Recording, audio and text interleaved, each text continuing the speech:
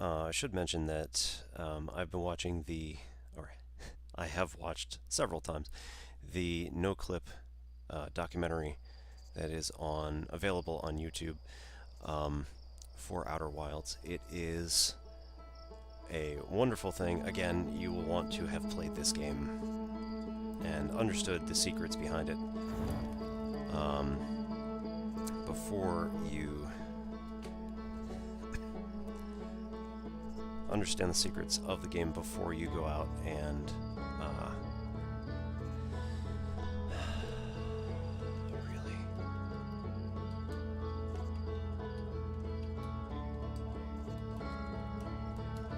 What is going on?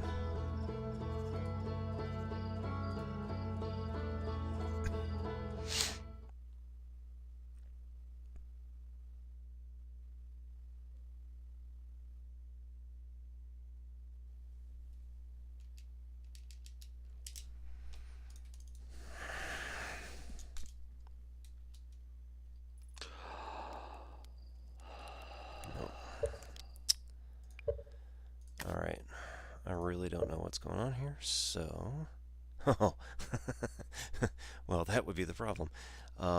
Yeah, that is not what I want to be doing. Alright, let's try this again.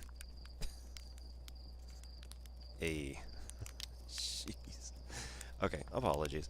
Apparently my flight stick was set up as the controller.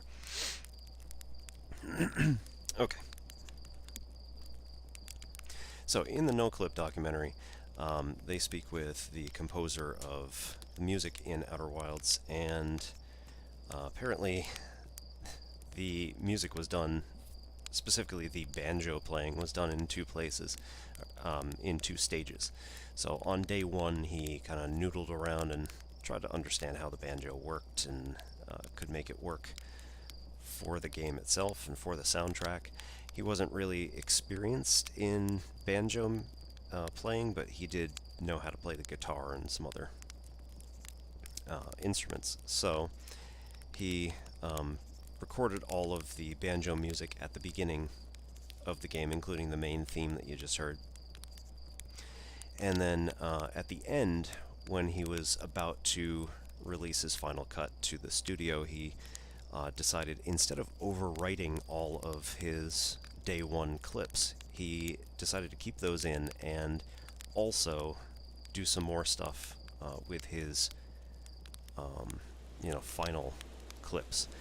And it turned out that it was really nice. It was brilliant because he had both the beginning and the end cuts for all of this.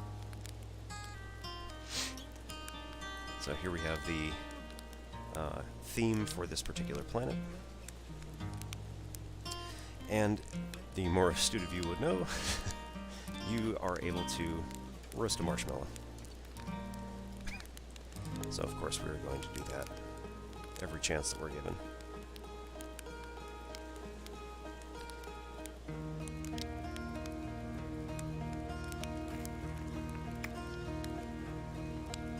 Alright, here's Slate. Hey, there's our pilot. Back from your pre-launch campout under the stars, I see. So it's launch day, huh? Seems like only yesterday you joined the space program, and suddenly here you are, leaving on your first solo voyage. What do you say? Ready to get this beauty off the ground? It's all fueled up and ready to go. All systems go. I'm glad you're excited, but remember, if you wreck the ship, I'm not building you a new one. I'm not made of lightweight, re-entry grade aluminum alloys, you know. Anyway, you'll need to get the launch codes from Hornfels in the observatory before you can lift off. Just bring those here once you've said your goodbyes or whatever.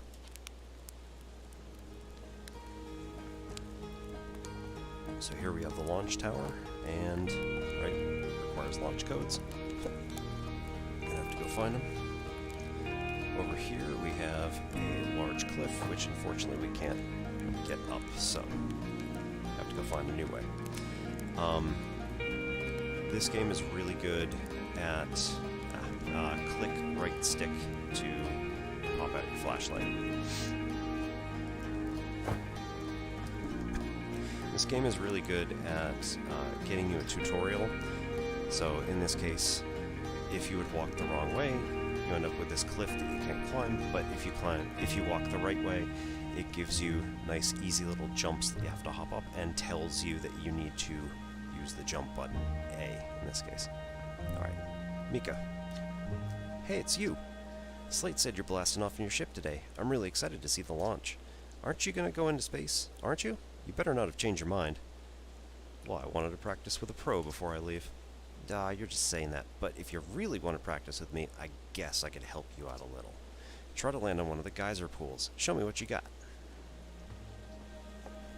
So over here, again, we have a nice little tutorial. You can fly a model version of the ship you are going to fly. So, right trigger gets you an upward thrust.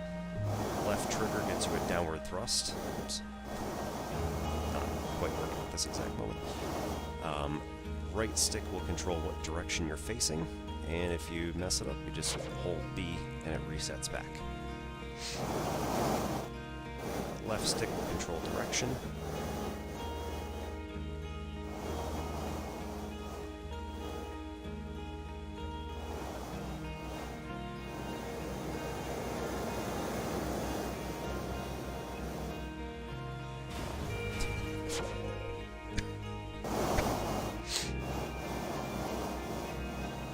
Oops.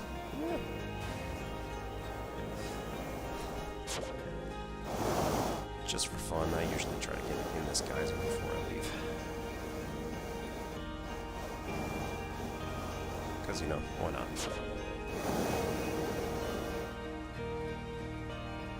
Anyway. There's all sorts of stuff you can do with this. You can make this go off to the sky. There we go. Get this going off to the sky.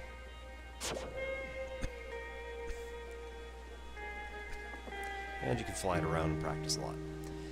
The big ship acts precisely in the same way that the small ship does. It's just got a bit more mass, and so it's a little more sluggish.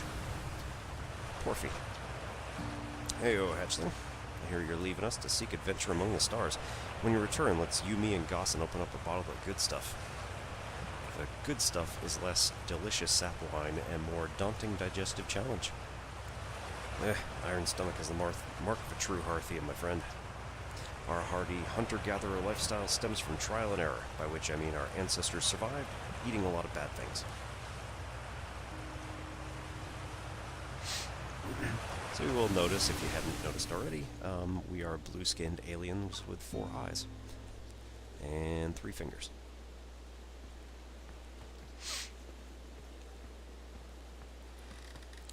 Rutiel, you're actually blasting off in that thing, huh? Well, they don't explode as often anymore. All I know is that between the space program and Mika's model rockets, things seem to burn to the ground an awful lot more than they used to. That's fair. Alright, satellite camera. This projector is linked to our Sky Shutter satellite, which is currently orbiting Timberhearth. That's this planet. The satellite is equipped with 2 onboard cameras. See if you can take a snapshot of our village. At the top right corner, you see forward and rear view snapshots are the buttons. So right button gets us a forward snapshot of what's coming in front of our satellite. So here we see got some planets up top there, got some mountains that we just passed. Here we've got a geyser in a crater, and this is the town that we're at. A few more planets up there in the sun.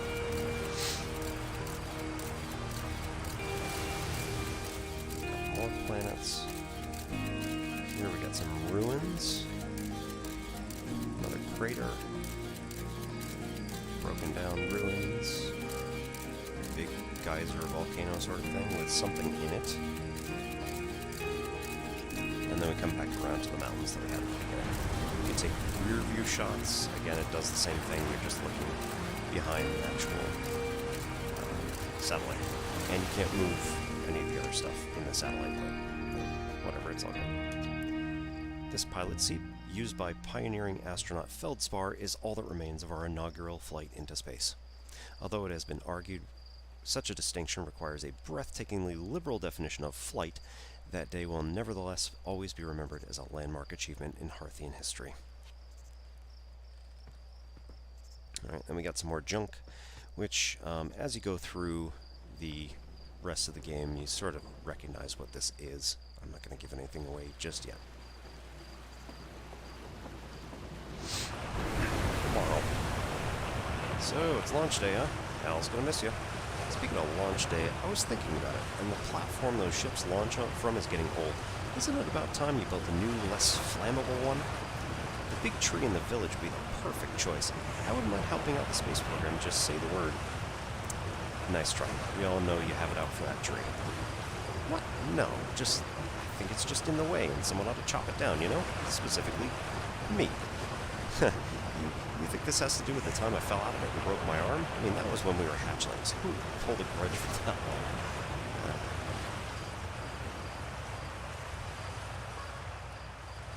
long? Nice. Hello there, Space Cadet. I hear you're leaving the crater today. If you meet any of the other travelers up there, remind them to take proper care of their instruments, won't you? Well, tell me about the travelers' instruments. Oh, sure. I made all their instruments, you know. Let me see, there's Chert's drums, Rybeck's banjo, and Gabbro's flute. And Feldspar's harmonica, of course, though Feldspar's been missing for a long time. Sometimes it feels like just yesterday they were playing their harmonica around the campfire. Anyway, you hear music in space, that'll be one of the space program's other travelers. If you feel like company, you can always pull out your signal scope and track them down.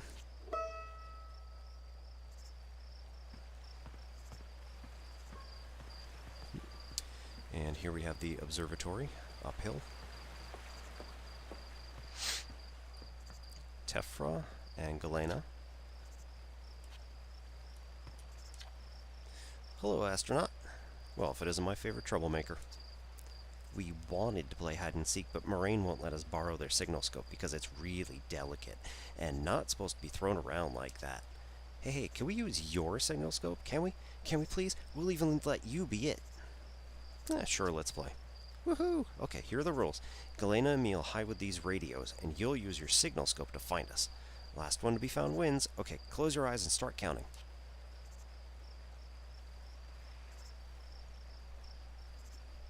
Okay, press Y to equip the signal scope. Frequency is hide and seek. If you tap on the D-pad, this gets you different potential frequencies. And here you can see we have our... When you lock onto these kids and their radios, you can see the direction and distance to each one. So here, see that we got him over there, next to the waterfall. Right stick to open the flashlight again. There's a bit of a gap here, so...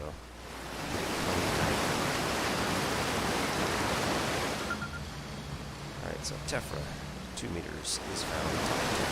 Oh, you found me. Nice hiding spot was super good. Don't forget, you have to find focus, okay?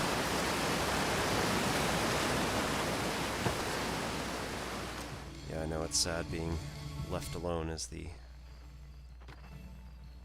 hider.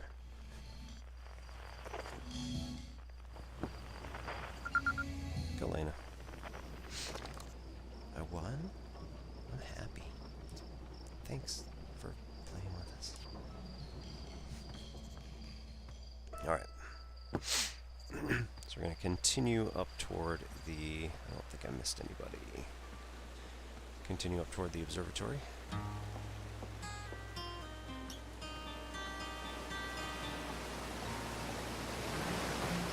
Spinel. Oh, fish and rhyme, singing helps me pass the time.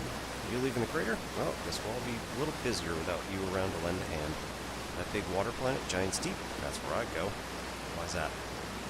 Well, one time after the rest of the village had left to sleep, and it was just the two of us sitting around the campfire. Gabbro told me about their first trip to Giant's Deep. They landed their ship easily enough in the waves, but couldn't see too far down on account of how murky the water was. I guess, too dark. Gabbro wanted to see what lay beneath the surface, so they decided to travel deeper. They traveled down, and suddenly Gabbro couldn't go any further. Tell me more. I will, I was just pausing dramatically. As though exercising a will of its own, the water was refusing to let Gabbro go any deeper. It held Gabbro back, almost as if you were trying to protect them from something. And then in the terrible darkness, Gabbro saw it. A tentacle of some hideous beast. Was there sap wine involved in Gabbro's campfire story? Come to think of it, don't you have somewhere you ought to be exploring that isn't here? It's an observatory and the Zero-G cave.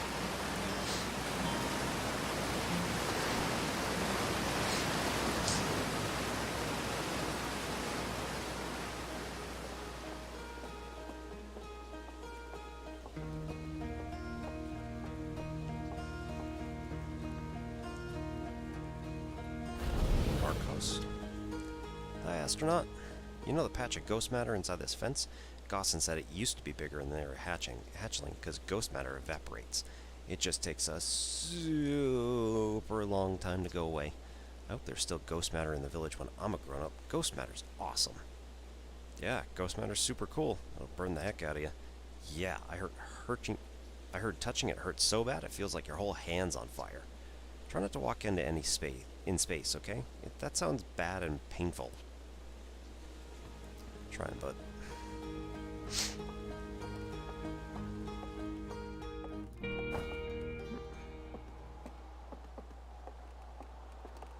Moraine? Oh, hello, astronaut. This is good weather for a launch, right? Well, that's lucky. What are you up to? I'm using my signal scope to pick up sounds from distant planets. It's set to the Outer Wilds Ventures frequency so I can pick up the traveler's music. Last night I heard Rybek's banjo coming from Brittle Hollow. I hope that means they're safe. I can hear different planets too. It depends on what time of day or night it is, since different planets are in the sky at different times. Signal scopes are cool.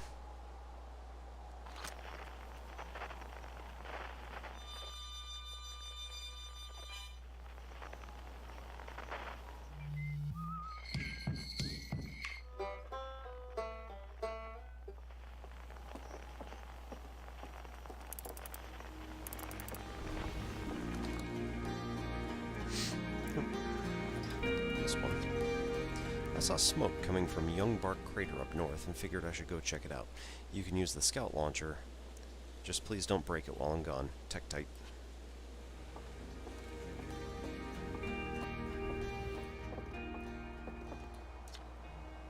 North, Young Bark Crater. Northwest, Geyser Mountains. South, Quantum Grove Crater. East, Nomai Ruins.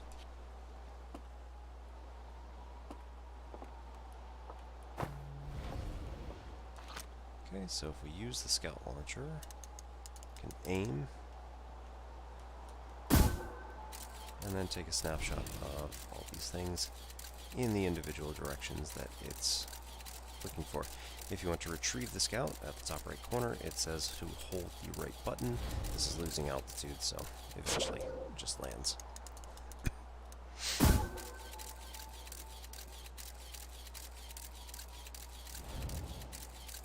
Alright, so there was our crater that Tektite was talking about.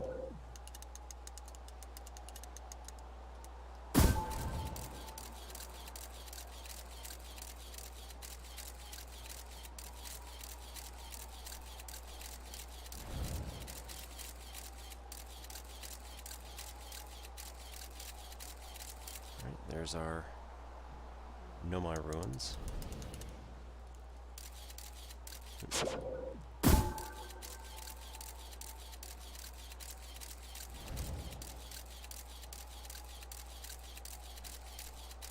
And there's the Quantum Grove Crater.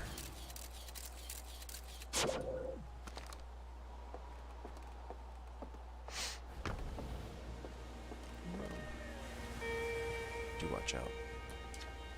Danger! Inside this fence is a pocket of ghost matter, a strange and dangerous substance that's invisible to the naked eyes. The good news is you can detect ghost matter with your camera. Moving through ghost matter is a uniquely painful experience and will probably kill you. Don't complain to me if you hurt yourself fooling around. Hornfells. So here we can move this around and take a snapshot. So as the kid is tossing stones, you can take individual snapshots like this, or faster. And you could see it move through the ghost matter and make the kind of plume come off of it. You can't actually see the plume if it's just... yep. You can see the plume if you're just without a camera, but that makes it a little bit easier to see. Hey, come say hi to your old flight coach before you launch. I got 0G training set up if you want a refresher. Gossin.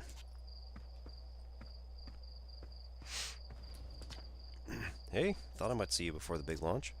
Nerves getting the better of you? Yeah, right, like you weren't nervous before your first flight. Hey, don't worry about it. Your nerves are between you, me, and the vast endlessness of space. But really, you'll do fine out there. I'd worry more about that ship if I were you. Hopefully that lunatic slate at least fixed the retro rockets. So listen, there's a satellite, which is definitely not just a piece of broken mining equipment, set up down in the 0G cave in need of repairs.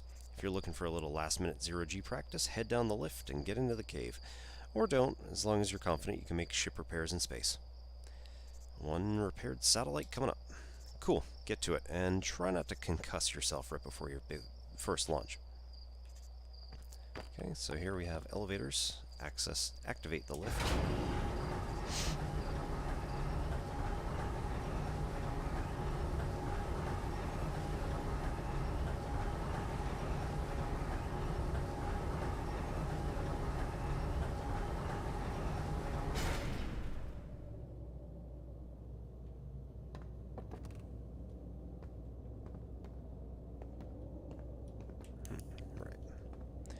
This is where they tell you where the flashlight, how to use the flashlight.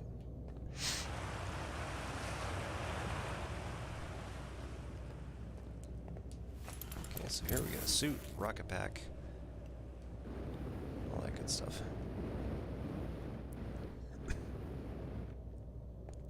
So up thrust is R, down thrust is L. Triggers. Alright, talk to Tough. Hey, nice of you to drop down. I'm getting some 0G time in. So you're going in there, in the cave? Wait, what? No, I'm fine. Great. Great and fine. You don't look fine?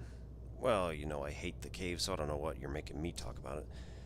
Ugh, now I got hand sweats.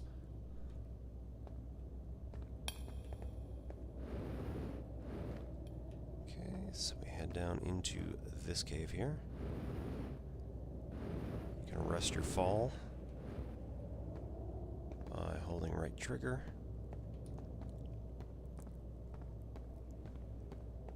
You notice the gravity at the bottom left-hand corner, just above my picture here. It says gravity is 0.1,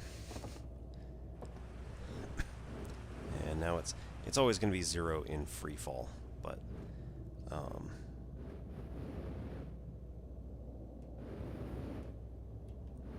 this is literally the 0G cave, so kind of expecting that. So anywhere you see these sparks, this is what we're going to be looking for. You can click your left button to lock on and hold A to match the velocity once you've locked onto something. Hold X here to repair. And we've repaired one. So now we got to check out where the other two things are. So we just keep going around. Eventually find a second one. Point right at it and then start moving in. So if anybody does get motion sickness, this is not the best aspect of this game.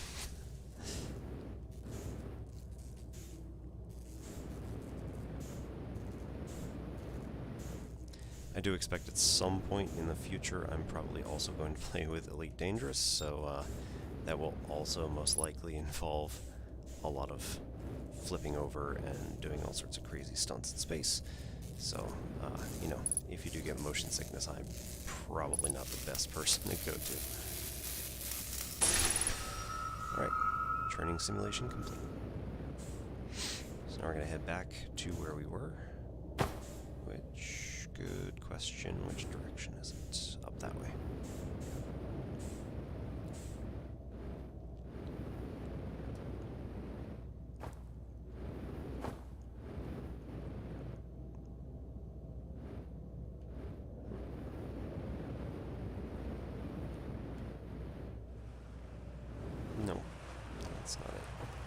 Okay, well, we have this, like, mining equipment that's going on here. We got some rocks that have some nice, pretty, shiny stuff. And there we go.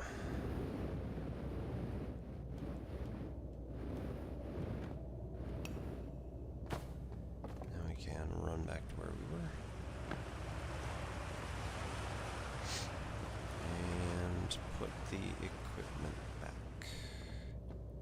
No. Other wall.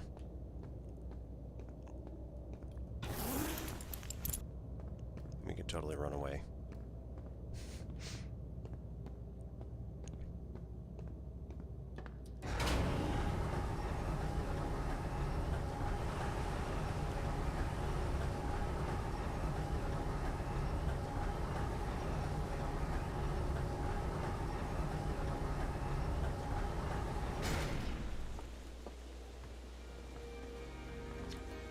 Nicely done. But of course it'll be a little more stressful when you're hurtling through space. But remember, just remember your training and try not to hit anything big. I can see you're itching to get off this rock, so go get the launch codes from the observatory and head out of here already.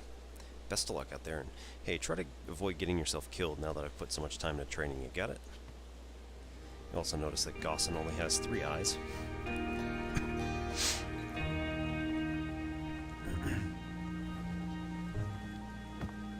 Alright, and the sign back here was observatory to the right.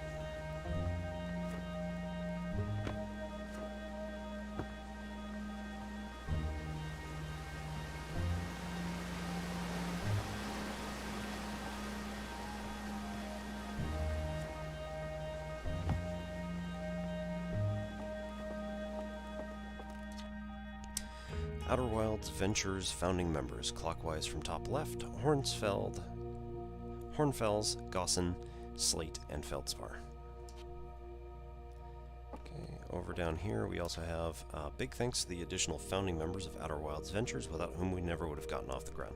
These are the people who donated money, I'm guessing, for the original round of fundraising. Outer Wilds Ventures, Timberhearth's first and only space program, was founded to explore the farthest reaches of the solar system. Feldspar was the first Hearthian to be intentionally launched into space. They completed their first orbit around Timberhearth and later made the first of what would be many landings on the moon, the Attlerock. Hal. Hey, it's my favorite astronaut. Launch day at last, huh, buddy? It's the Translator Tool's inaugural flight, too. I'm so excited, it's making me nauseous. Just think, you'll be able to translate any Nomai text you want, anywhere you are. The two of us put a lot of hours into inventing that tool, so don't break it, okay? Jeez, do not break it. Just ignore me, okay? I'm just nervous. And I'm not even going into space. How are you feeling? I'm excited. Good. You've only been waiting for this since the day we were hatchlings. I can't wait to see all your training pay off. So what's the dirt? You here to see the new Nomai statue? New statue? What, you haven't heard? Gabber brought it back from them from Giant's Deep, and Hornfels just finished prepping it for display. This is it right here. Neat, huh? Makes me wish we could see what real live Nomai looks like, but I guess this is as close as we're gonna get. Check it out. It looks like they had fur. Fur is weird. This is the first fully intact statue ever found, you know? And for how old it is, it's in great shape. Ah, jeez, I got a little carried away there. Hey, go on. You have a ship to launch. Take care of yourself out there, you hear? This remarkably intact statue was carved by the Nomai, an ancient species who dwelled in our solar system thousands of years ago.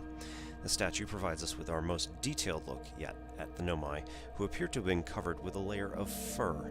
Note the decorative jewelry that has been carved as part of the antlers.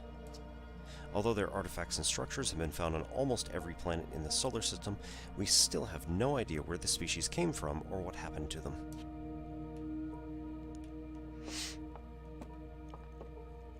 Alright, let's go this way. This piece of Nomai writing was essential to deciphering their unique language. Although the text is linear, Nomai text often branches off from a central point. Interestingly, each branch tends to be written by a different author. So when we come up here, we've got this donut eclipse sort of looking thing right here. And then here anytime you see any of these swirls, we're going to translate this using the tool that. Yep, I totally forget what his name is. Hal. That Hal and I invented. Hal and you. Cassava, we're nearly ready. Felix and I have finished construction, and she says calibrating the device won't take long. Felix, unfortunately, the outer rock's lack of atmosphere. Fortunately, the outer rock's lack of atmosphere will make calibration simple. After all this time, I'm thrilled to finally resume our search. Alright, so, interestingly enough, the Nomai species seems to have gendered pronouns, and the Harthians, that's our species, do not. So you noticed, probably most of you will have noticed that they used they and their pronouns for everybody. Aside from the dwellings and structures they built, the Nomai also made art. This decorated pottery was discovered on Brittle Hollow. Some ancient Nomai art depicts strange animals, foreign celestial objects, and other subjects which cannot be found in the solar system, which makes us wonder whether the Nomai originated elsewhere in the universe, or simply had vibrant imaginations. Were the Nomai born in our solar system, or were they born among other stars and planets? And if they were, how and why did they come here? These are just some of the questions we hope to answer through further xenoarchaeological expeditions. What you see here are parts of the Nomai skeleton. We can tell from their skulls that they possessed antlers and, quite unusually, only 3 eyes. The Nomai body was most likely adapted for living exclusively on land.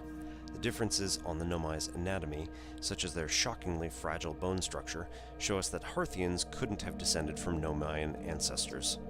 It's not clear where the Nomai originated from or why they disappeared. We hope to find more clues to this puzzle as we explore the solar system. So yeah, you can see their 3-eyed skull. The Nomai technology brought back from space by our astronauts has been a great boon to Outer Wilds ventures, allowing us to modify expedition gear in exciting and useful ways. For example, the Little Scout now boasts a warp retrieval capability that allows astronauts to recall their scouts almost instantly. This has dramatically reduced the number of scouts lost to the depths of space. So see here we have what looks to be like a core and the Little Scout itself. It's just pottery. This crystal was taken from a Nomai ruin on Brittle Hollow. It seems to create a local gravity distortion. It was most likely used to traverse steep surfaces. Try it out. So you will hear a tone that's playing over it. It's just a constant hum, and anytime you're near these, they'll allow you to change gravity. Alright, same words on that side as well. There's a nice little art in all of our pictures here. This anglerfish specimen was found attached to the landing gear of one of our ships that flew close to dark bramble. It appears well suited to living in dark places with minimal atmosphere.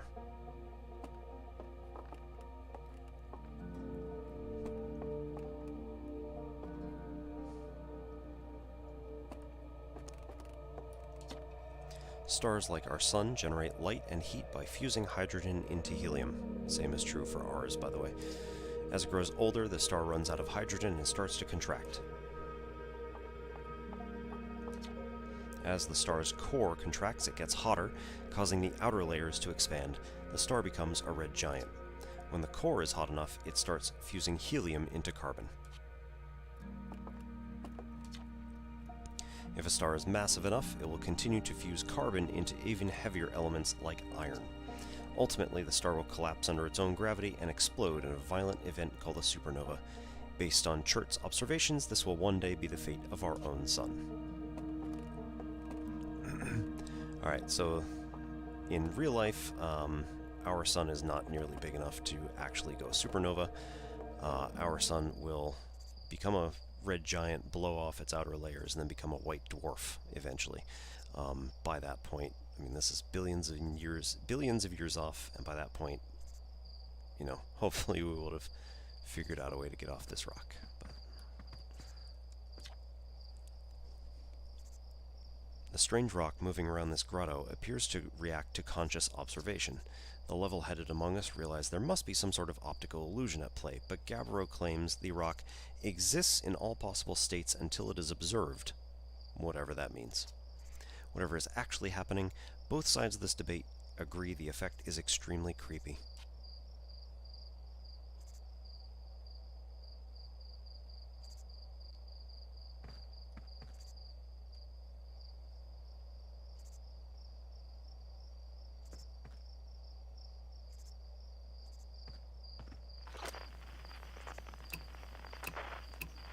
Okay.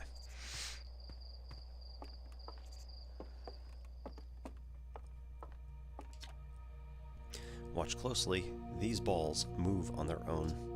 The ground is perfectly level, so what do you think causes this spooky motion? The answer is the moon.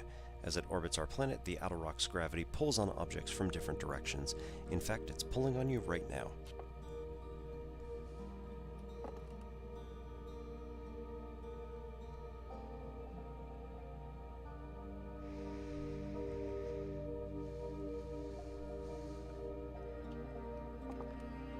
It does get much more dramatic than this. It will go to the other side eventually, but for right now, it's just kind of rolling back and forth a little bit.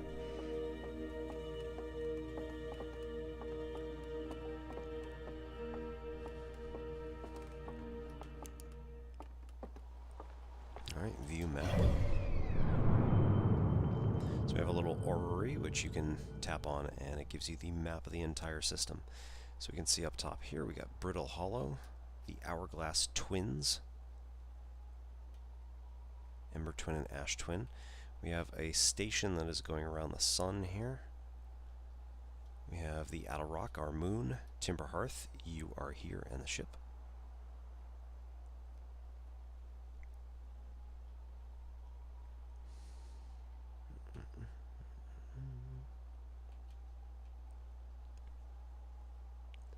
Got a nice little thing back here, which we'll learn about later. Giant's Deep and Dark Bramble. These are all of the planets in our solar system and what we're dealing with at this exact moment in time. Alright, and some of these you can't mouse over to, or can't find out what they are. Alright, so we have a little model here of how it all works. Carved in wood. There you are. I just finished pre-flight observations and local conditions are good. Time to get our newest astronaut off the ground. And you'll be our first astronaut ever equipped with the Nomai translator tool. I confess, I've been giddy all day just thinking about it. We're better equipped than ever to unravel the mysteries of the Nomai. You and Hal should be very proud of your work. Tell me, what's your plan once you're in space? I'm gonna learn more about the Nomai. I might have guessed as much. No sense in making a translator tool if you're not going to use it to translate anything. We've barely scratched the surface and the Nomai writing in our solar system, so we still know very little about them. We've no idea if they originated here, or traveled here, or why they disappeared. That tool of yours should prove indispensable in solving the mystery of this ancient species. Excuse me. Well then, looks like all that's left is to send you off. All in all, fine day for a launch. I'm ready to get off this rock. Excellent. You'll be needing the launch codes then. Here they are. Best get off the ground before Slate makes any more modifications to your ship, huh? Good luck out there. Let me know if I can help you with anything.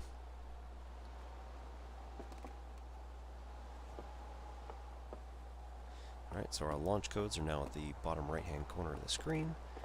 And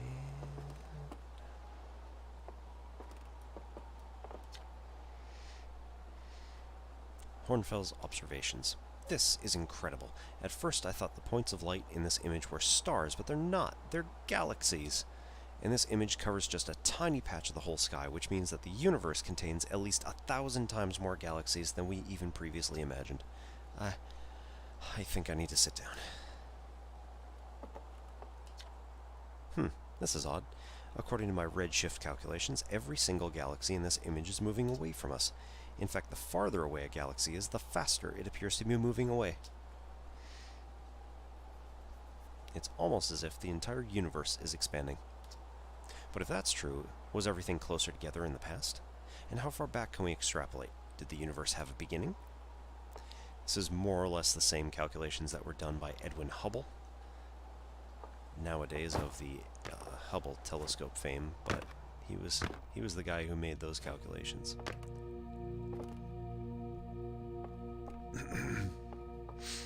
Right.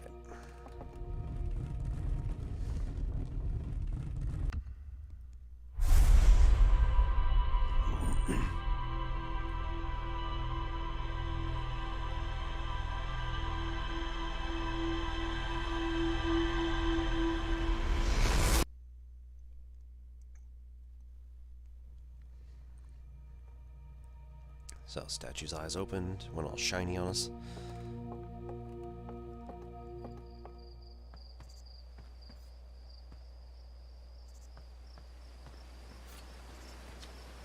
Hey, so did you get a good look at that Nomai statue? The statue looked at me and opened its eyes. Whoa, the statue was doing what? So its eyes open and then you saw images from your own memories and glowing lights flying around? Do you mean like a hallucination? Listen, no offense, but are you sure you're okay to launch, like, medically speaking? No, that statue is definitely weird. I mean, if you're saying that it happened, then I guess it did, but why? Hornfels tried everything to get the statue's eyes to open, and nothing like this ever happened to them. I don't think you're going to get any answers from the museum statue, but Gabbro said they were going back to Giant's Deep. Don't know which island they're on, though. Maybe they'd be able to tell you more? On the other hand, Gabbro's, Gabbro, so maybe you better start off searching for more info on your own. Geez, now I'm really jealous you're going into space. Hey, see if you can use your translator tool to find more about this statue, okay? Good luck, and safe flying.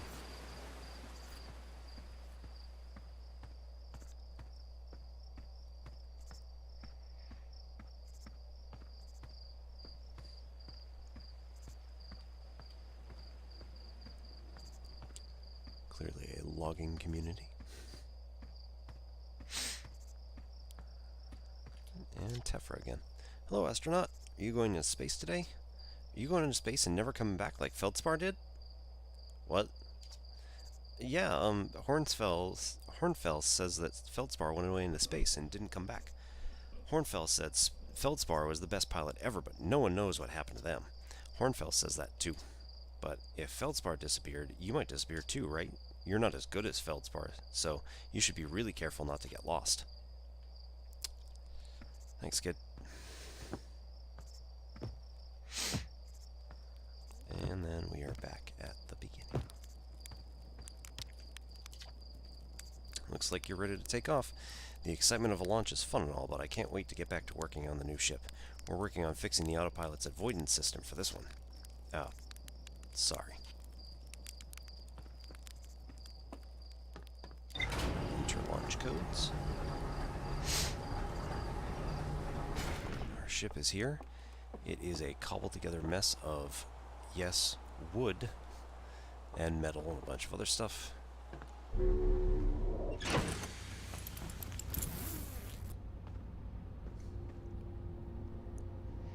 Got our own suit over there. Here we have the health and fuel station, so if you ever need any of that. Little scout. You can see beyond the horizon. Illuminate dark areas. Detect hazards and test the environment.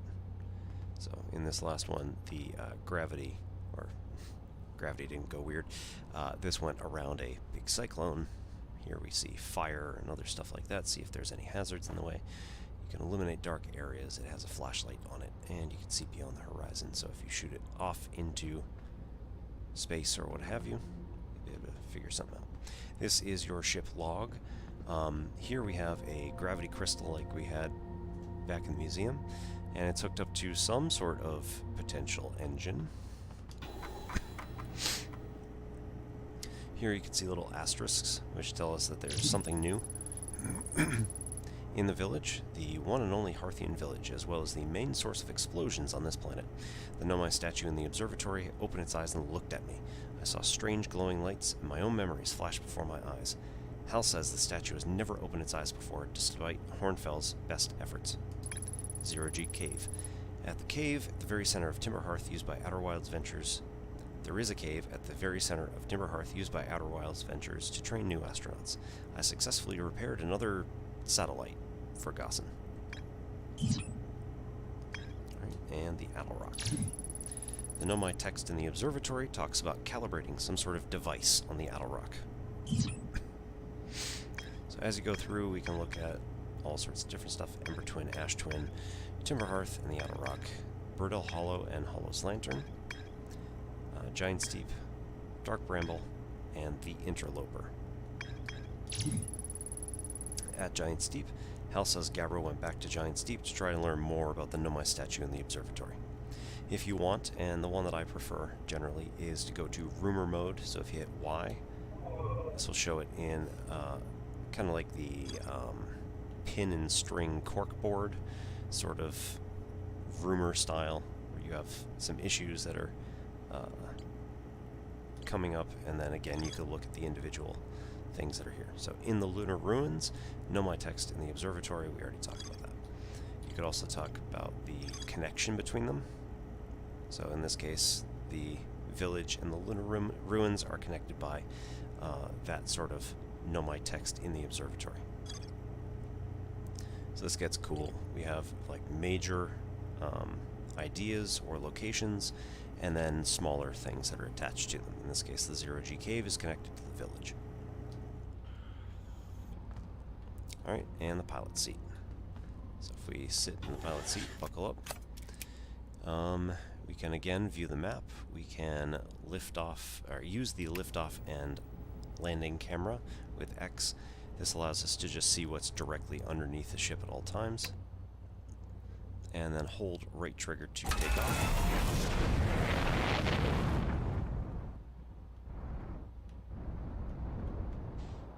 So we pitch forward, start looking at all this stuff. We've got the cave right over, or the crater that we were looking at earlier. This does take a little bit of getting used to with flying.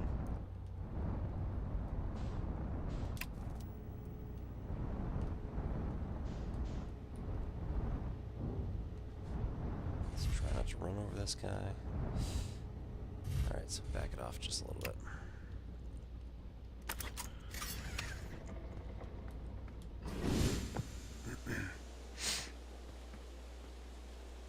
Alright, tech tight. Hey-o, Hatchling. Thought you were taking that tin can of yours to space today. What are you still doing here? Me? I saw something crash over the horizon and didn't like what I was seeing in the pictures my little scout was sending back. So I thought I'd come over myself and take a look. So what crashed? I don't know what exactly it is, but looks like some kind of plant seed, but it's not anything I've seen on Timberhearth before, and trust me, I was quite the explorer back in the day. Do you think it's extraterrestrial? It looks kind of like something that might have come off a dark bramble. Whatever it is, it's put down roots in a hurry. I don't like the looks of this thing, Hatchling, and that's a fact.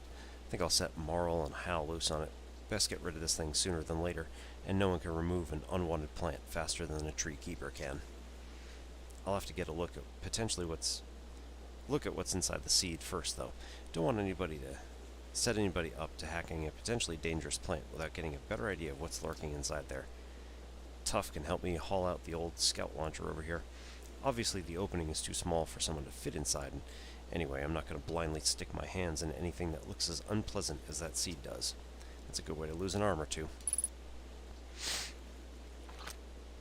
So we can also take pictures of this using the snapshot photo mode, or we can use the launch mode and launch it inside.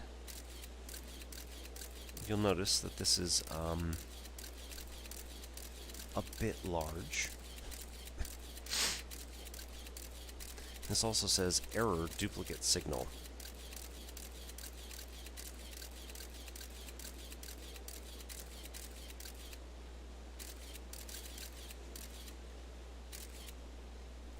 So if you look at this, the duplicate signal here is 850 meters in front of us, or also 19.920-ish kilometers out that way. And Tektite said that this thing looks like something from Dark Bramble, so probably.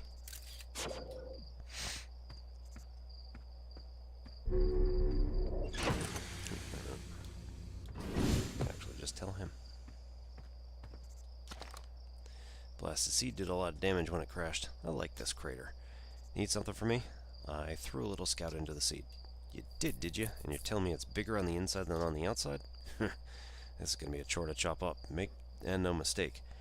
Can we even remove a seed that doesn't have the decency to stay in the same size all the way through? Maybe I better grab an extra axe or 3 just in case.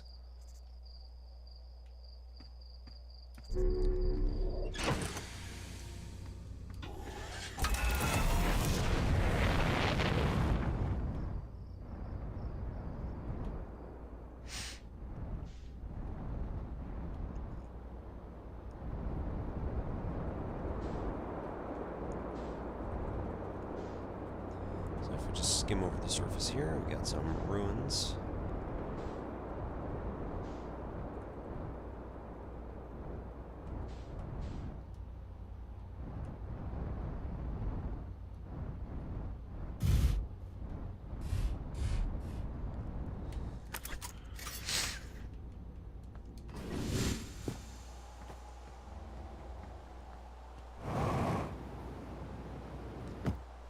So here, these ruins are all connected.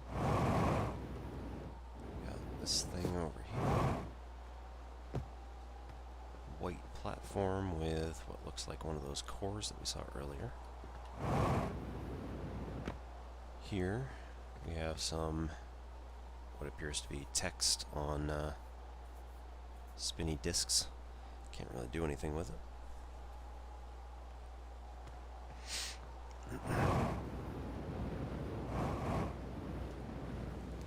And then in this crater we have down here some ghost matter, which again you can equip your scout and turn it to photo mode and take a picture and see where exactly this is. So right over here in this patch is where the ghost matter seems to be contained to, at least the dangerous parts. This stuff over here, even though it has all the ghost matter crystals, it actually isn't dangerous. So you can walk through all of this stuff just fine. Oops. Put that away.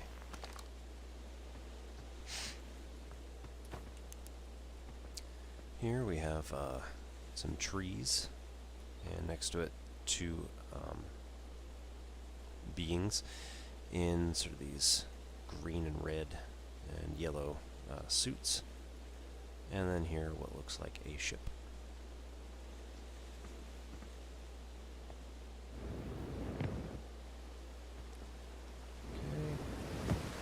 As far as we want here. Again, ghost matter detected. That was up top, but now also we have some underneath this log. Okay, probably also want to just check real quick. It's a good habit anyway to check around all sorts of stuff.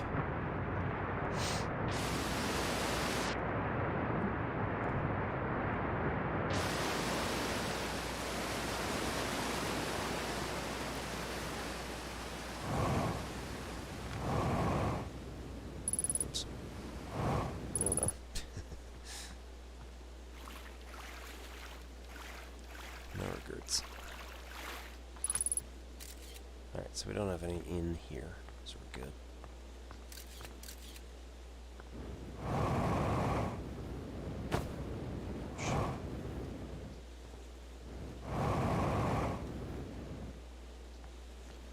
So we're going to get back up there.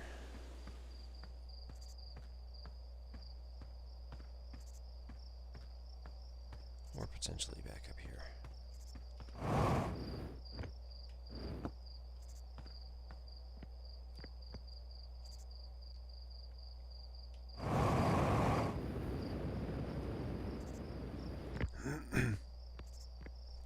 So there appears to be a waterfall washing over this bridge. Just the process. We have a dangerous in it. Oh, here we have geyser and that round structure that we saw in the middle of this. Mining site 2B. These crystal balls here are naturally attractive, so they can attract your attention to them if you move to the opposite side. Look, those are for doors.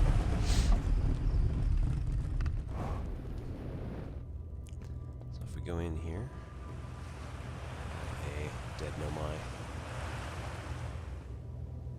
Here we have something that looks like an elevator.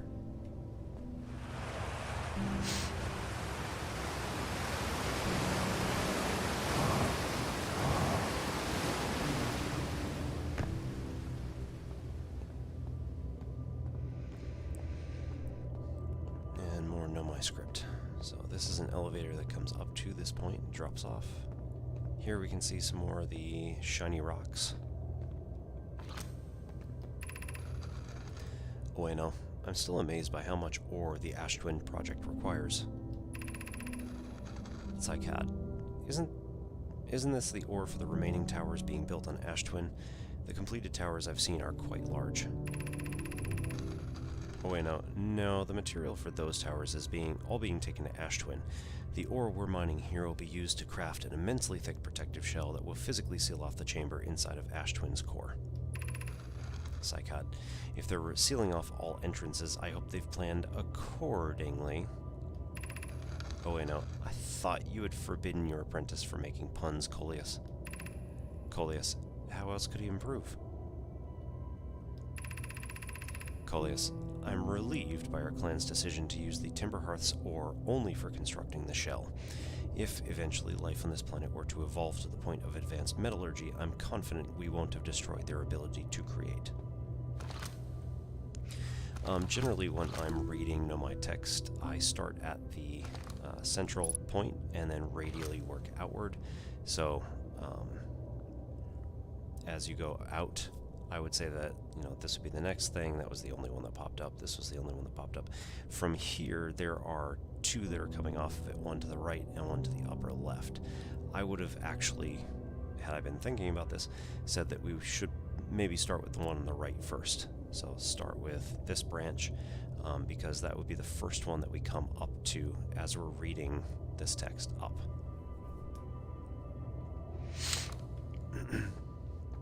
Alright, more rock. You can see that this goes down into the distance.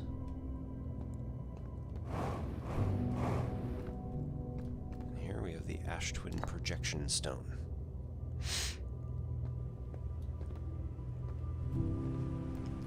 And if you come up to one of these pillars, it says insert the Ash Twin Projection Stone. This is also connected with the Timberhearth symbol on the other one. And we can look around and see some creepy faces. So here we've got 4 masks all in a group. One of them is lit, 3 of them are not. And over here, 3 of them, or 2 and 1 in a group. And 2 of those are lit as well. If we come back here, you can remove the twin stone, or if you walk outside of the section, it'll automatically sever the connection.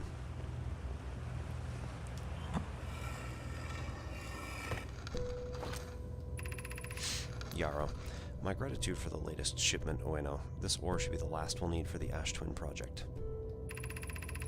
Ueno, this is exciting news. Can I offer an extra set of eyes for this final check? Specifically mine. If my work here is complete, I'd be delighted to help. Yarrow, we'd be grateful if you would. The more eyes, the better, as the smallest flaw or opening in the shell that protects the Ash Twin project could lead to disaster. Once we finish the shell that seals off the central chamber, we'll check to ensure there are no longer any physical entrances. Raimi and I will be checking the interior and then the exterior for cracks. Our final safety check.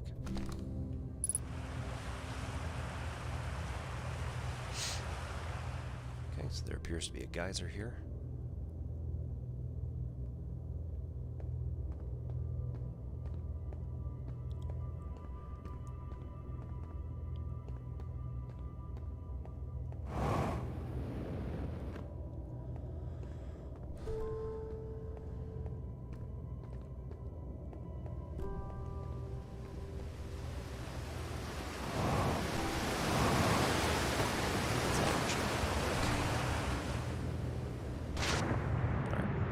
water down below.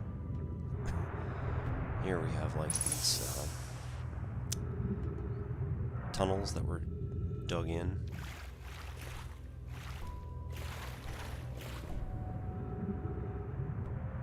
It didn't appear to have water all the way through. That's interesting. And here, one of these tunnels is filled in. We have a nice little sandbar we can use.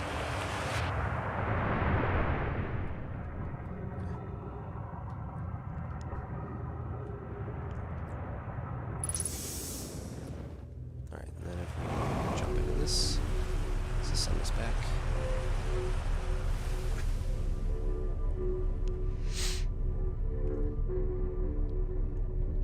Let's send up through this area, and now we're back up to the writing.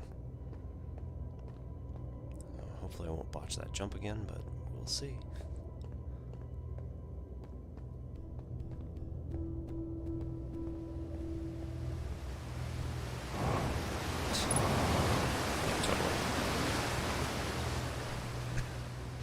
At any rate, this other stuff just goes down back to where we were. There's more platforms down that way, and then eventually gets down to the pools. There are some interesting things to look at down there. We will be covering them in future streams if people are all interested. We are also starting to run low on fuel, but that's fine.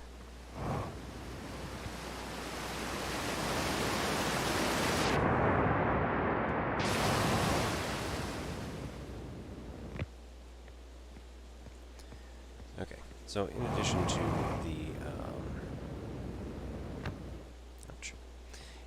to the regular just jump and using thrust, which in this case isn't doing anything because the gravity is at 1,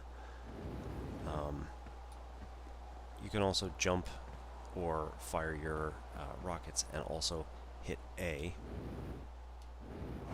which will triple, at least, the amount of thrust that's being put in, but it also drains just over here. If you look that way, there's a yellow bar just under the fuel gauge, which is the amount that's in the afterburners. It will recharge slowly, just by itself, or it'll recharge if you touch the ground. It'll recharge much more quickly. Okay, so Dark Bramble Seed, inside the seed, Nomai Mines, Ash Twin Project. So occasionally you might want to come back and just look at what stuff you've learned. A seed from Dark Bramble crashed here has already taken root. Tektite wants to use the scout launcher to get a look at what's inside. I launched my little scout into the seed, and somehow the seed is much bigger on the inside. It's Gallifreyan, obviously. When I launch my scout into the seed that crashed in Timberhearth, it ends up somewhere in Dark Bramble. Nomai Mines. The Nomai mined ore from this site to craft a protective shell designed to physically seal off the central chamber inside Ash Twin. Once the shell was finished, the Nomai checked to ensure there were no longer any physical entrances or cracks. The central chamber inside of Ash Twin was physically sealed off by an immensely thick protective shell. So, Ash Twin Project.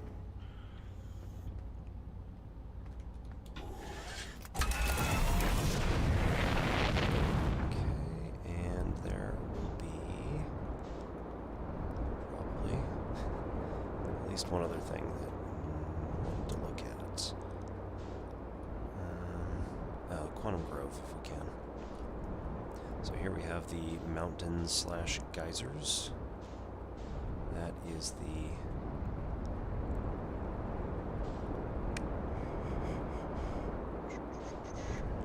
Oops.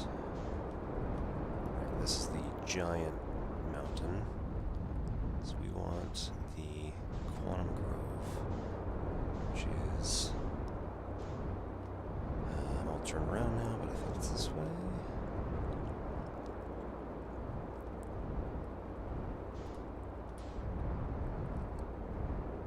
Yep.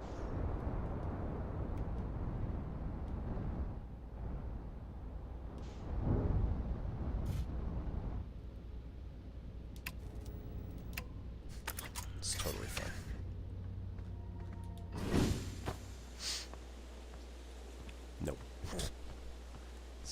exact same place I went before. Okay. This is fine.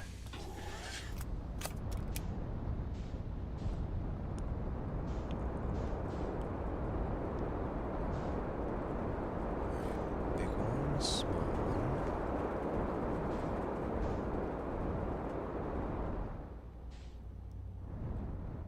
That's more like it.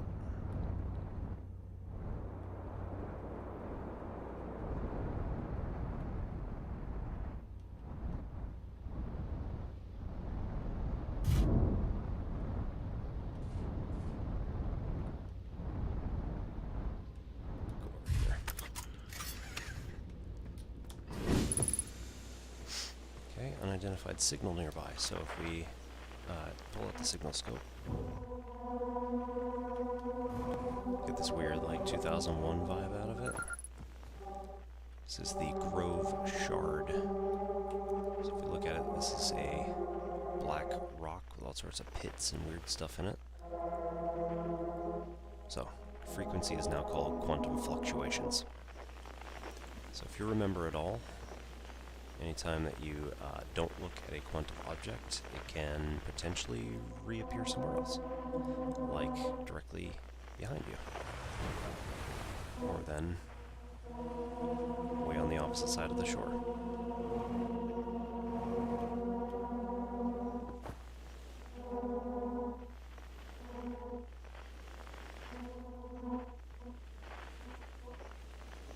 Alright, but now it is just a tree. Also,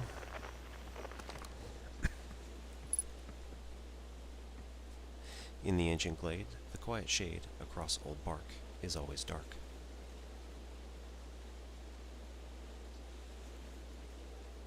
Now it's gone, but it moved about 5 feet to the left. Across old bark, it's always dark. In the ancient glade, the quiet shade.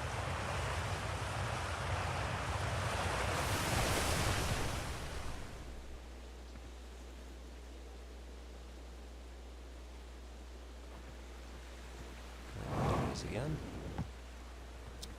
In the ancient glade, across old bark, it's always dark, the quiet shade. It's always dark across old bark, the quiet shade in the ancient glade. If anybody would like to create some quantum poetry, that'd be pretty awesome.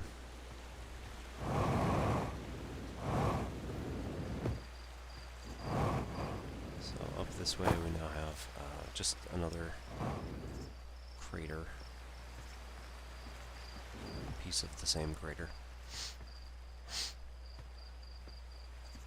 Oh, right, and this goes up to an observation post. I think I want to go up there. I don't think it really matters much, but you never know. Might find something interesting.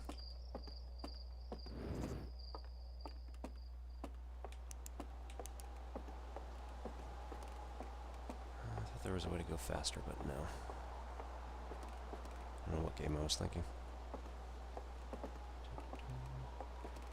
It doesn't appear to be anything here. Oh, yeah. Chert's research notes, property of Chert. I've detected a strange signal coming from somewhere within the grove of this crater. It's very similar to the signal emitted by the quantum moon, so it stands to reason the two signals are probably related. We don't know much about the quantum moon, seeing as no one's ever able to land on it, but hopefully studying the signal in the grove will reveal more about it. We will be dealing with the Quantum Grove mystery much later.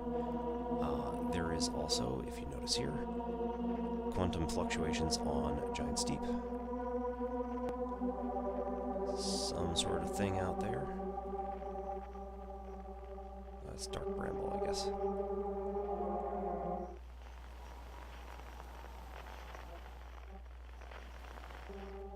Whatever is behind the sun at the moment. Likely the Ash Number twins, because they're really close. Brittle Hollow is somewhere out there. Probably also be... Oh, there we go. Ash twins.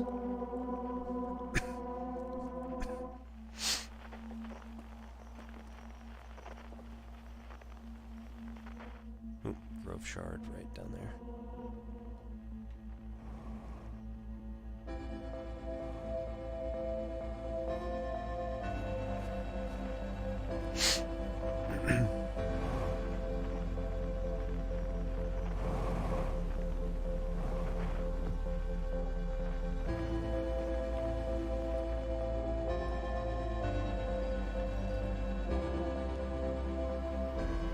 So yeah, all of the objects in here will start messing about, and you'll notice that, right, these have completely different arrangements every time you look away. And the geyser can be in a different place. All of the trees, all of the stuff in the pond.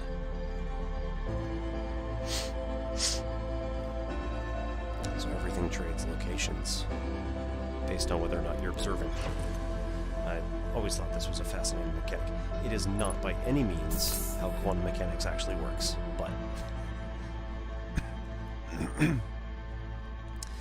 in order to refuel oxygen, spot a tree, walk toward it, enjoy. Oh, I got damaged, did I? That's too bad.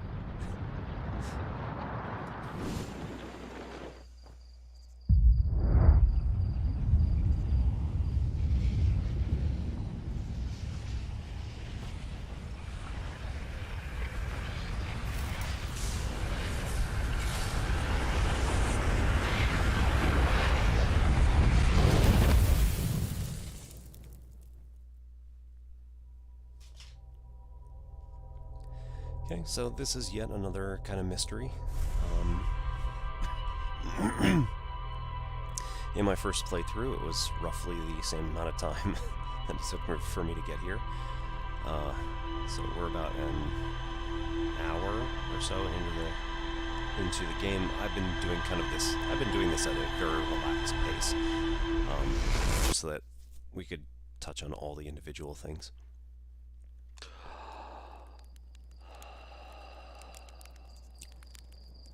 So this looks kind of familiar. Oh, you can't see my... yeah. The launch code's symbol is underneath my face, so you can't actually see it from here on Twitch. Hey, you ready to go off the ground? Ship's all fueled and ready to go. Did I just die? Woohoo, bad dream or something? I mean, you still look half asleep, but that's a negative on being deceased. I know it's tradition to sleep out under the stars the night before a launch, but if you ask me, it makes you all a bit jumpy.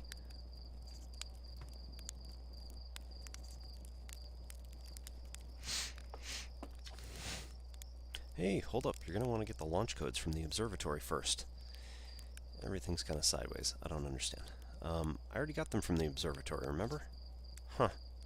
Must have been inhaling more fumes than I realized. That stuff is potent. Well, if you got the codes, I'm not going to stop you. Good luck and take care of that ship.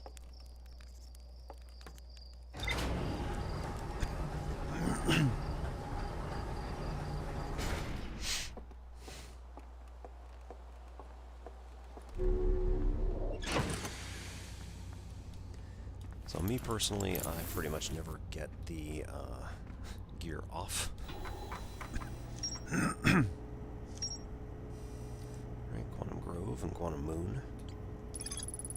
There's a strange rock shard on this grove that moves when I'm not watching. It emits a signal on the quantum fluctuations frequency. I found a poem written on one of the trees in the grove. Church research notes mention a quantum moon with that no Harthian has been able to land on. Right, none of the others have any information. And actually, there was something here. Gear options. Never. Okay. So jetpack boost mode, auto or manual. Translator equip, auto. I'm just going to leave it like that, so that's fine. Right, and back here we have the same map as we did on the ship's log. And actually, this time, let's go to the observatory directly, because there's also another quantum shard here.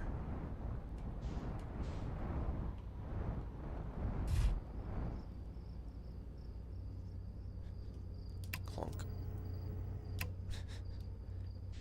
This is fine.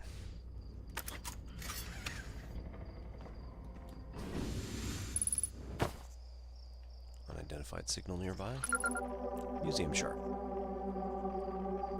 So this is the same quantum frequency that we saw with the other stuff.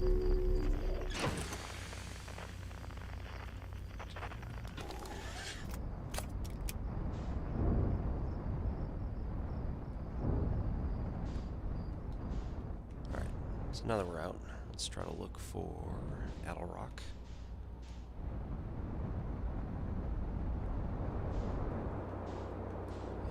if I remembered what direction it orbited our planet, that would help. But I do not. Let's get a slightly wider view, maybe. Oop, there it is. So, gonna lock, nope. Lock on. Use A, and we can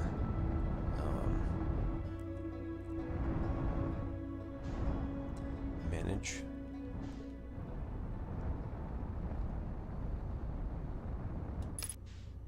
And roll. Nope. Okay.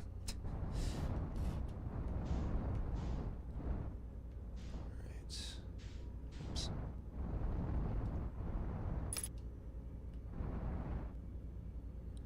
So this was hold. Nope. Man. Hold left button and use the right stick to roll. That was my problem. Okay.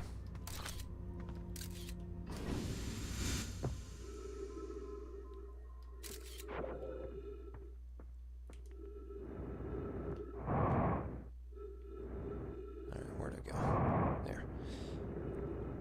I'm gonna check this thing out.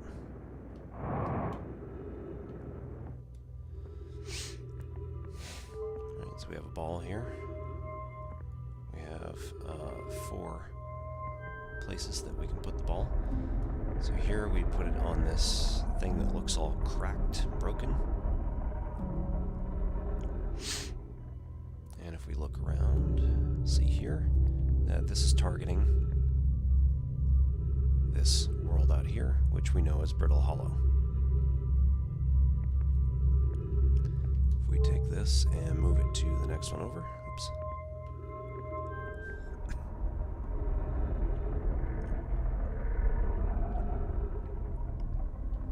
This is targeting. Planet we know is Giant's Deep, and it's making some windy sort of noises.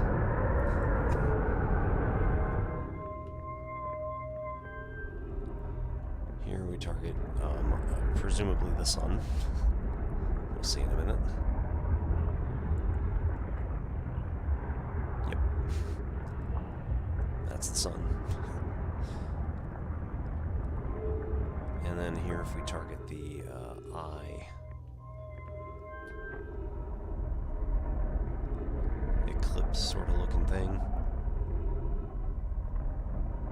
It's going that way, and then it goes the other way. It starts moving all around.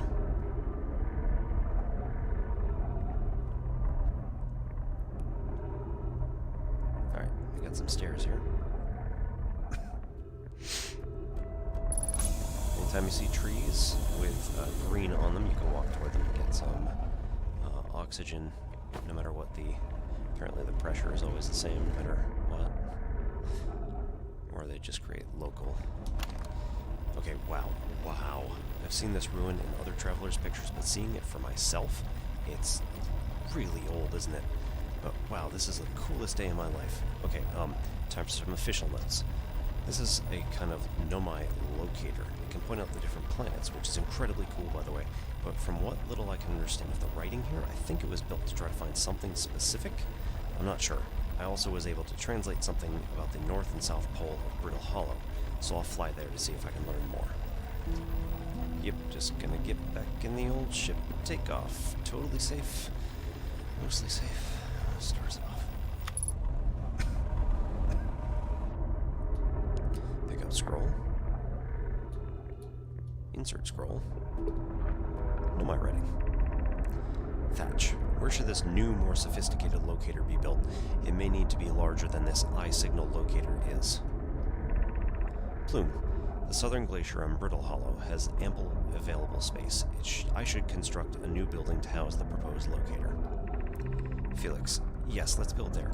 I imagine our young friend Connoy would enjoy that immensely. He's always held a great interest in the eye, especially for a child born so long after the crash. Plume.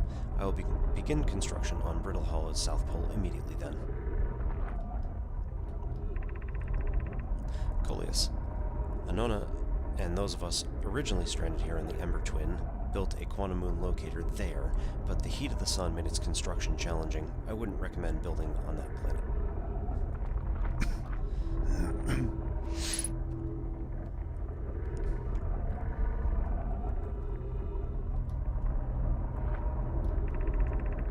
Coleus, I was upstairs testing the eye signal locator, and it can hear and follow the signals from the sun, Giant's Deep, and Brittle Hollow.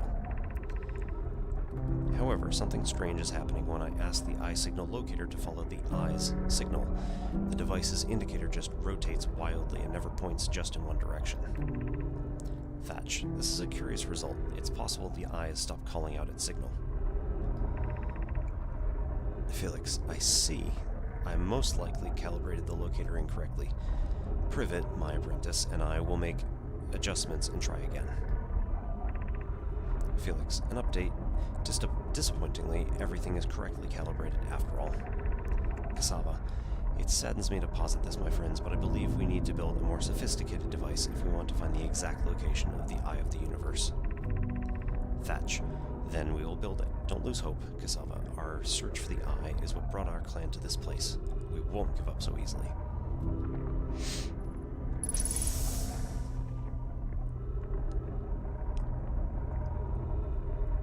Ship is behind us here.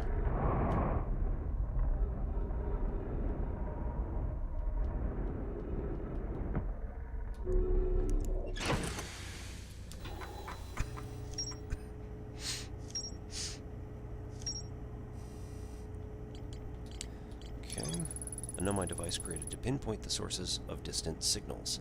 The Nomai were disappointed by their failure to detect a signal from something called the Eye of the Universe. Ryback headed to Brittle Hollow to investigate something the Nomai were doing at the South Pole. The Nomai decided to build a larger, more sophisticated eye signal locator at Brittle Hollow's South Pole. So you can tug on these threads in pretty much any order you want. This is an exploration game by definition. You know, and nothing has to be done exactly in any particular order necessarily. There's a big crater up here.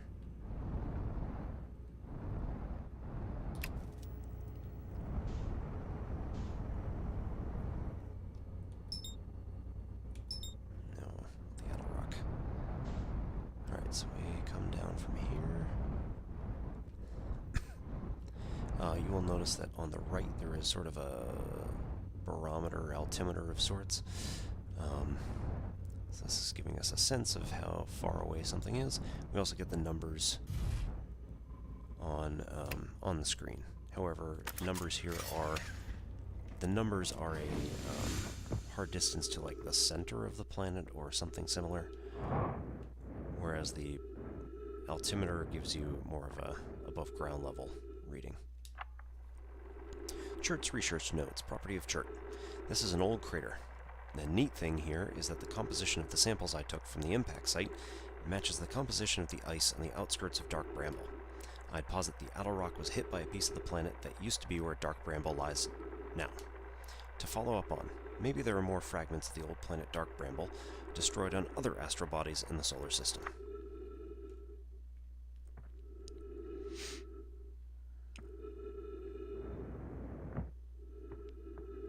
Alright, well, we know where the one is on our planet.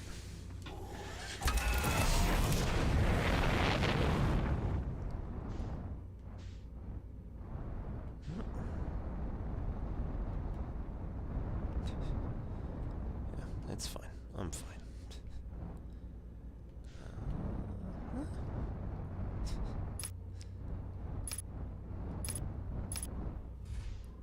Okay, not the most efficient way to do that, but it works.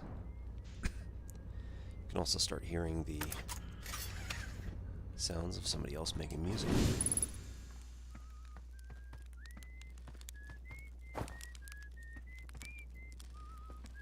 Unidentified signal. Esker. Hi, it's you. Ground control didn't tell me you were launching. Long time no see. Actually, it's been a long time since I've seen everyone. Don't the other travelers come by? The lunar outpost must saw more traffic when our ships are less sophisticated and need more frequent repairs. Nowadays, it's mostly used to keep a set of eyes on things. Sometimes Chert comes by to say hi, but Gabbro is Gabbro, and you know how Ryback feels about unnecessary space flight. Don't go, anything else you want to ask? Seems lonely up here. A little. I'm in touch with ground control, Hornfels and Gosselin mostly, and they radio up to chat every now and then. And when ground control forgets them up here, and they usually do, I launch my little scout at the village. They forget about you? Well, I don't blame them. For one, I don't check in as often as the other travelers since I'm always in one place. And it's not so bad up here, really. At least it's peaceful and quiet. You don't always get that in our solar system, let alone in our village.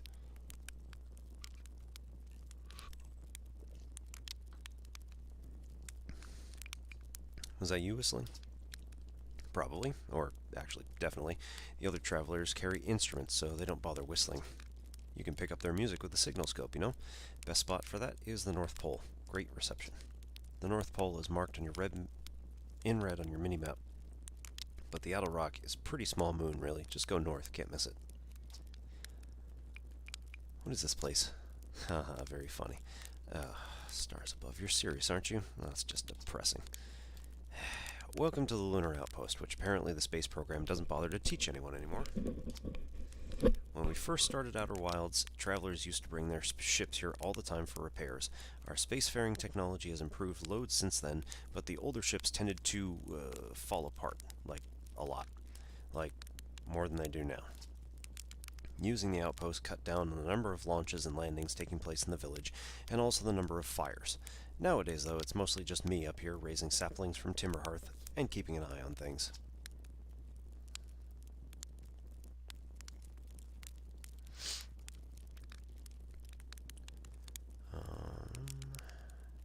Just want to check real quick that I am actually streaming. It seems silly, but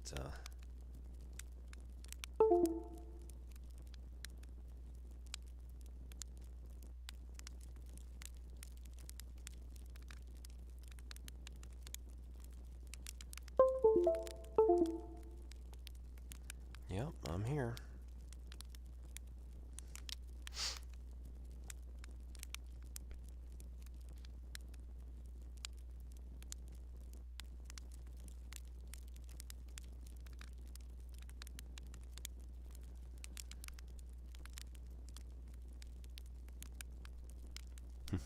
Okay. Just checking. Alright, talk to you later.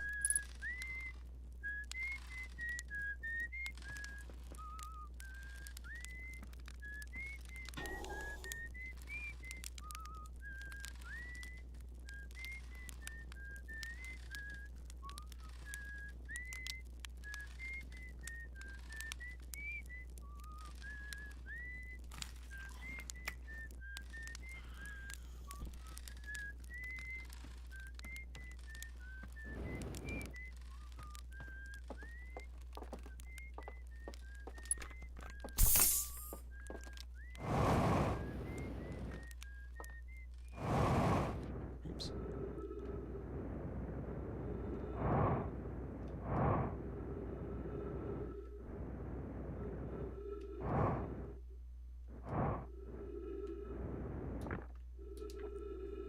Esker's signal scope log. Day 48. Still not picking up Ryback's banjo from Brittle Hollow. I'm sure they're fine, but I'll feel better once I can hear their music. Day 51. Listen to Chert play for a while today. Unrelated, someone should tell Porphy and Gossin their flirting is not suitable from an aerial perspective. Day 55. Banjo music coming in loud and clear today. Sounds like Ryback's doing okay. That oaf, I was worried. Day 63. I thought I heard something strange. I don't know. It was probably nothing. Day 70. No, it's back again too. Something strange is coming from Timberhearth. Day 76. Okay, I know this is crazy, but it sounded from Timberhearth. The sound from Timberhearth sounds exactly like Feldspar's harmonica, but Feldspar disappeared in space ages ago. Can't be them.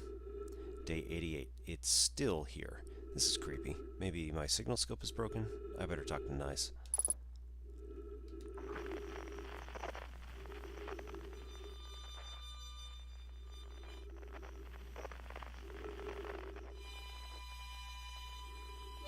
So you can see here that comes in from the crater. with the smoke coming out of it.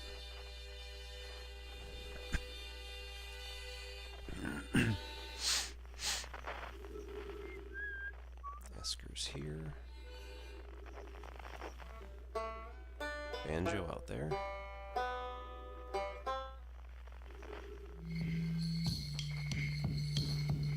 Jug and or drums.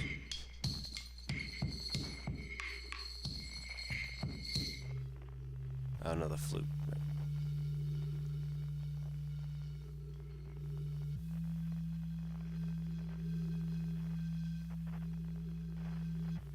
All right.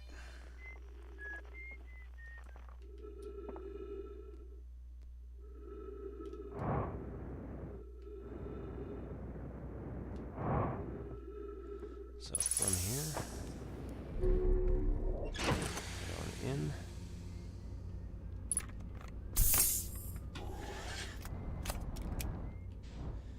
Alright, I believe that that is it for Adel Rock. There's not much else here. Like, what was it? Like Esther said, it's a very small moon, so it's not. Alright, we're gonna find the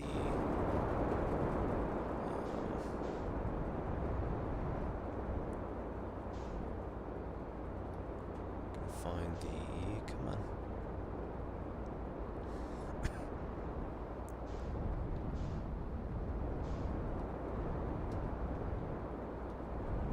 I'm gonna find the crater with the smoke coming out of it. Oh, there is the interloper comet.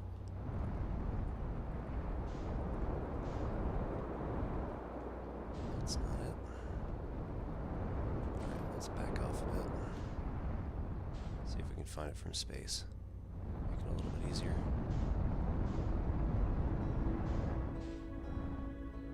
Oh, there we go.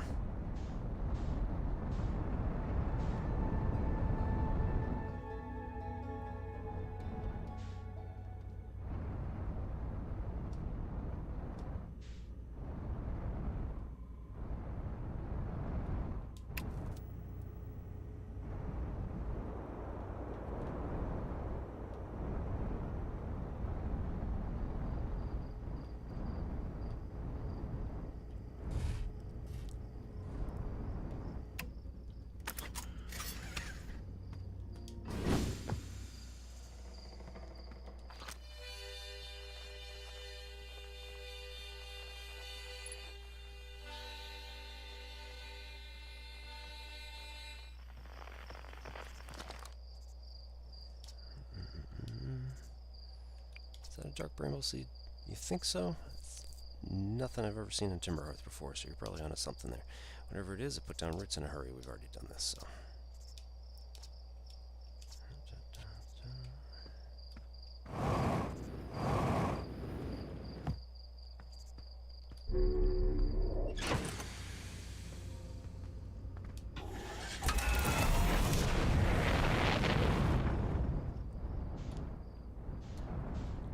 Okay, so we've got dark bramble out there.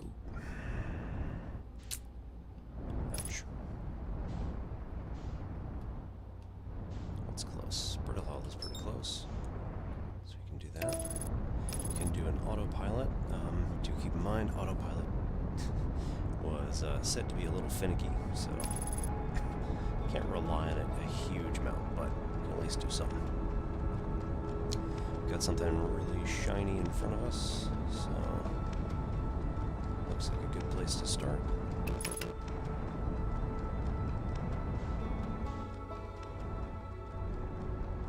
if you notice on the inside of the planet, it looks like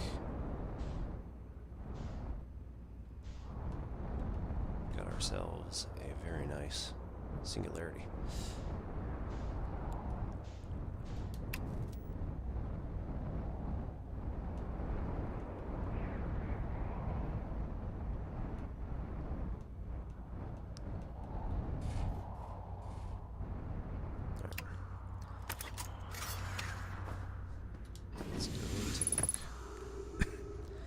Unidentified signal nearby.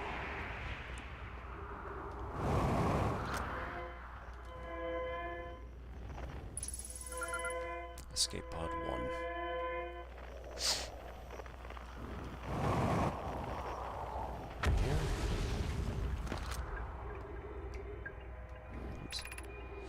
Thatch, is everyone unharmed? Plume, no one was badly injured from the escape pod's impact. We are incredibly fortunate. Thatch, this is good news at least. Have we heard from escape pod 2 or 3? Felix, no, I'm unable to make contact. My equipment can hear the other 2 escape pods' distress signals. However, if that's any comfort, both pods must be structurally intact. Felix, I'll continue calling for them. Thatch, my gratitude. If we can... Plume, Thatch! Thatch, the moon is approaching again. Everyone brace yourselves swiftly. The volcanic moon has returned. Be cautious of falling ash and debris. I believe the moon has passed. Felix, this planet doesn't appear eager to have guests. We're certainly unwelcome on its surface. Thatch, we need to find shelter, and quickly. The volcanic moon won't be gone for long. Plume, I observed several promising sites below the surface, but we'll need to construct a way for everyone to climb down safely from this cliff. Perhaps we could build platforms?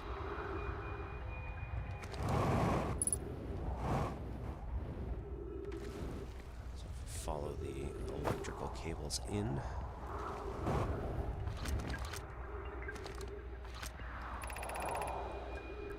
Begin flight log. Escape pod 1, vessel has been mortally injured. Emergency sequence activated. Awaiting departure from the vessel. Launching escape pod 3. Launching escape pod 2. Now launching escape pod 1. Alert. Collision imminent. Preparing for impact. Scanning external environment. Scan complete. Minor structural instabilities detected. Pockets of breathable air detected. Adequate solar energy detected. Verdict. Hospitable.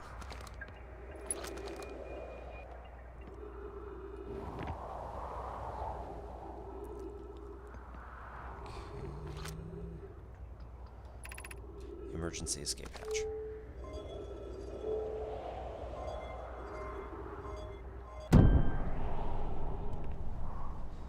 Caution explosive bolts.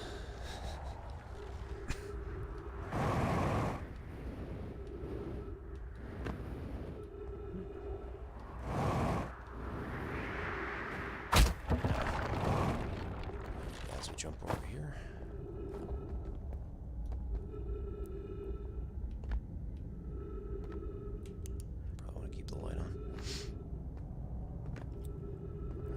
See all sorts of crazy holes here.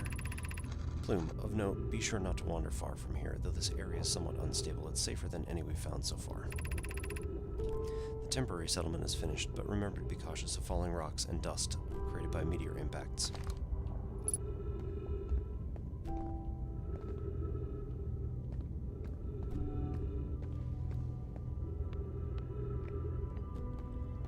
Okay, here we can see clearly there is an Eye of the Universe symbol now. Thatch, this knowledge is too dear to lose. Here's everything we can recall about the signal we encountered while aboard the vessel. The signal was older than the universe itself. This is the most significant detail. Plume, no Nomai clan has ever encountered anything like it. How can anything in this universe be older than the universe itself?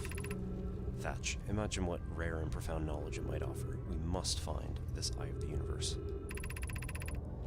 Felix, the signal looked like an eye, round with a circle at the center, much like a pupil. Suppose the signal was looking for something. Alright, if we can hop up here.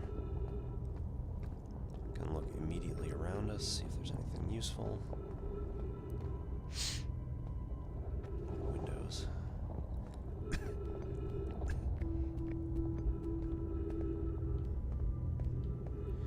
Gravity is 1.0 at this point.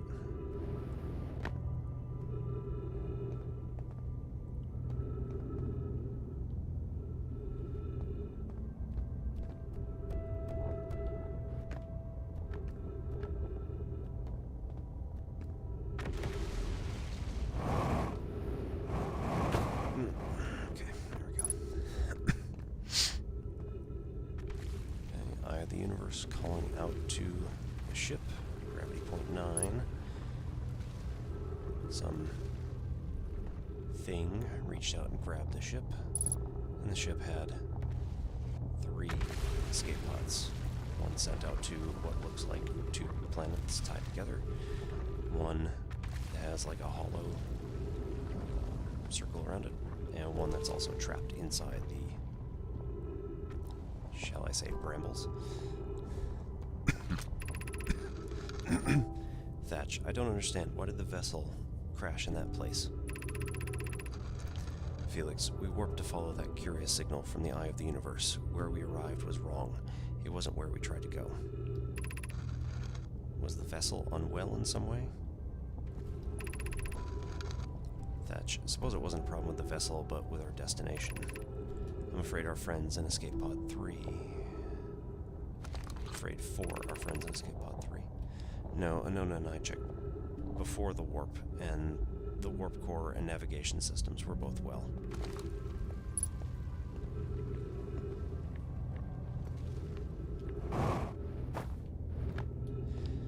So this is one of the more interesting planets, and sometime later we'll find out why. At this exact moment in time we don't have a lot of ability to do much. Kusa, we can hear the other escape pods' distress signals, which give me hope. Fully, are you still here? I'm unsure how to survive in this place without you. I'm unsure how to be me without you.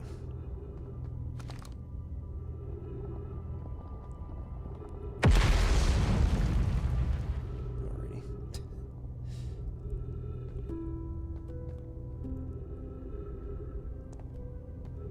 Ship, 100 meters above.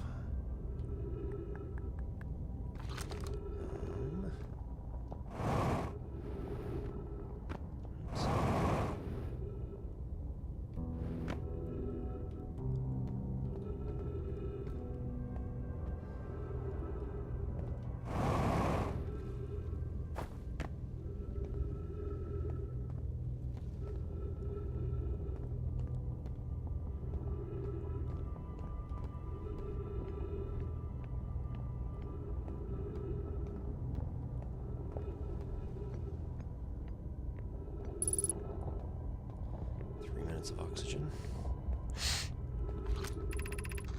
Plume, given some concerns about our settlement's stability, where should we construct a new, less temporary shelter? Thatch, we need to stay close to the escape pod so Felix can monitor incoming signals. We can't be rescued if we aren't present to respond. Felix, I don't believe anyone is coming to save us, Thatch. We must now save ourselves. Plume, I agree. We're here because the Eye's signal called to us and we followed. If we're able to find it, we need not merely survive, but thrive. Thatch, this is a wise point, Plume, and eloquently made. If moving to the northern glacier will keep us safer, then that is what we should do. I believe we should migrate to the northern glacier. What if we use the gravity crystals to craft a stable path? Building beneath the crust, again, would shelter us from the volcanic moon's eruptions.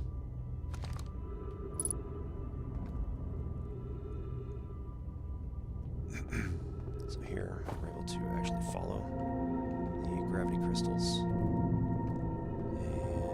And maybe.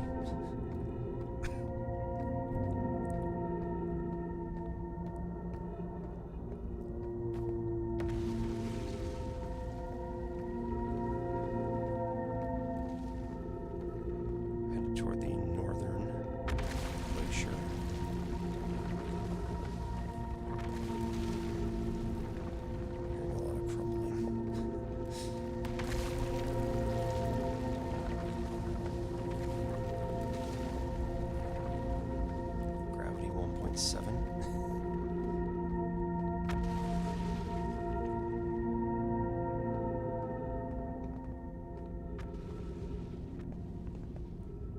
It's probably the other way.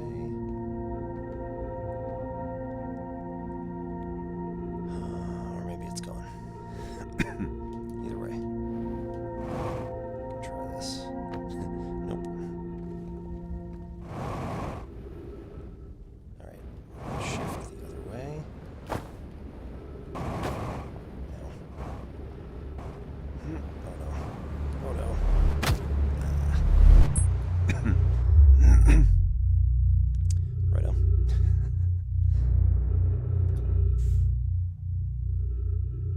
Hum coming from this right here, which is clearly Those of you who understand your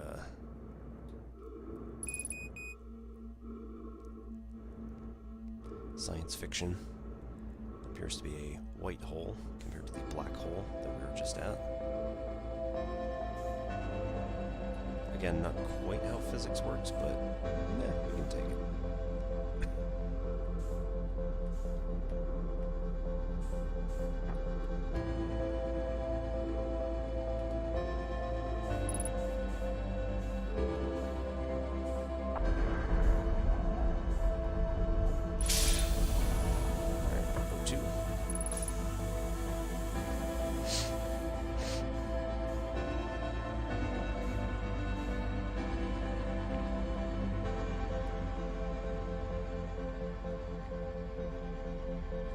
Projection stone.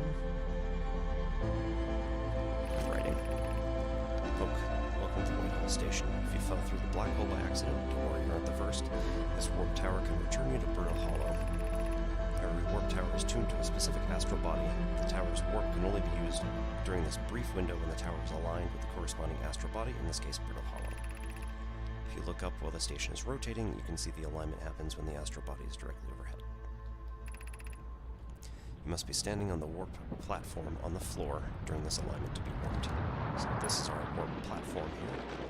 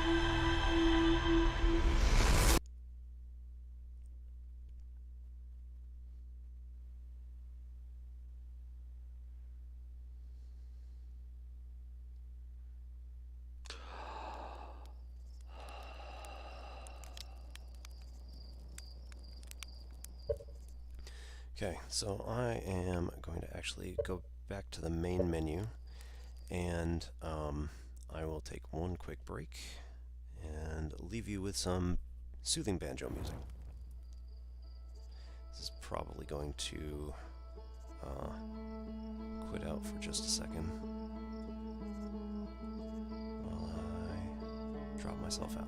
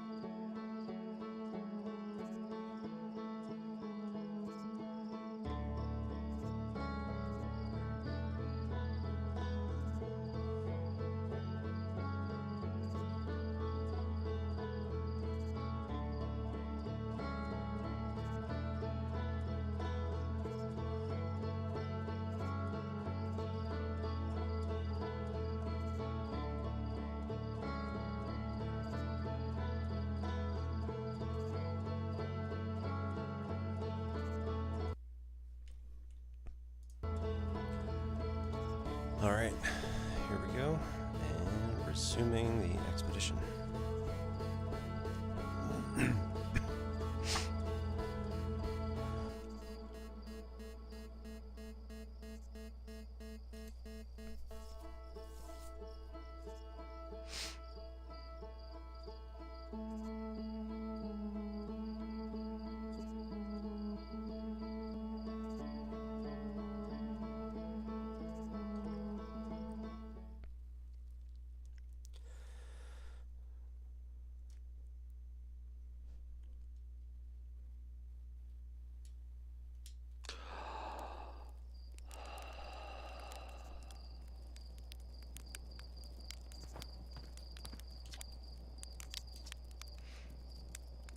Hey, you know this ship is a death trap, right? Well, yeah, it's a death trap, but a really powerful death trap. What, you suddenly care about safety now? You're lucky I'm in a time loop, because otherwise I'd be super dead. And you're lucky I don't have you grounded for medical reasons, because I have no idea what you're talking about.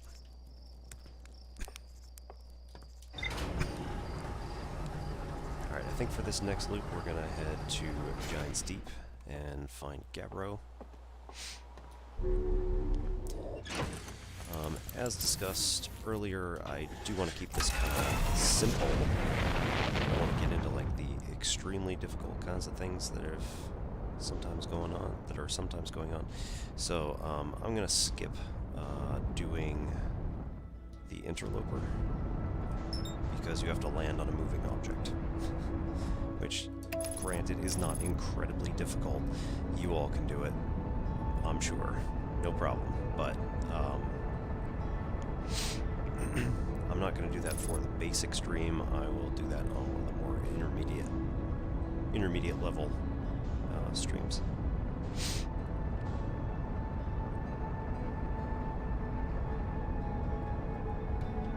Alright, there we go.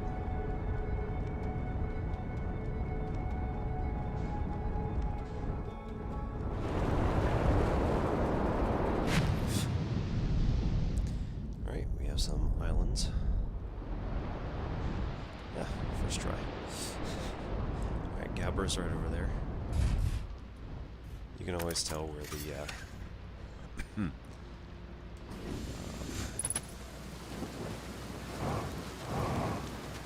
notice that gravity is 2.0, so imagine yourself weighing twice as much as you do now. It's a little rough. Nice, it's you. Good to see you made it here in one piece. First solo launch is a doozy, isn't it? So hey, don't freak out or anything, but lately I keep, like, dying repeatedly. I don't know, it's pretty weird. What about you? Have you died lately, or is it just me? No, it's me too. We're in a time loop. Time has been behaving unusually today. Yeah, time loop makes sense. Cool. You're taking this pretty well. Heh, right back at you. Personally, I like new experiences, and I've never been in a time loop before. I mean, I don't think I've been in a time loop before this one. Looks like you and I are the only ones who can tell that time's gone all weird. I tried radioing Hornfells to ask if they died too, but they thought I was being metaphorical. Even if I tell Hornfells about the time loop, they never remember by the next one. They don't even realize anything's different. And here's another weird one for you. Every time I die, all of my memories from that loop replay back to me. I'm pretty sure that's related to this big stone Nomai statue I found on one of the other islands. I was looking at it, and the statue opened its eyes and started glowing. It replayed my memories like it had seen them through my eyes, just like what happens every time I die. Yeah, that happened to me in the statue at the museum. You too, huh? Well, then the Nomai statues must have something to do with why we're the only ones aware of the time loop. So, No glowing statue, no time loop awareness. I think that's going to be my leading theory anyway. But if you find out anything new about the statues or the time loop, let me know, okay? I'll be here. Anyway, that's what's new with me, but hey, this is your first solo voyage. Kind of. Let's talk about you, you know? How's space treating you? I found something. Nice, nice. What you got for me? I found your quantum poem. Yeah, the one in the woods. I remember writing that. Pretty fun, right? Works out to a good 24 poems. When I'm done exploring, I want to make some more quantum art. Maybe some kind of creature sculpture that, like, just shows up and scares the daylights out of you. You ever watched a cyclone for so long it started to hypnotize you? I'm telling you, they'll put you in a trance if you stare at them long enough. What are you doing out here? Well, what are any of us doing out here, really? I'm just kidding.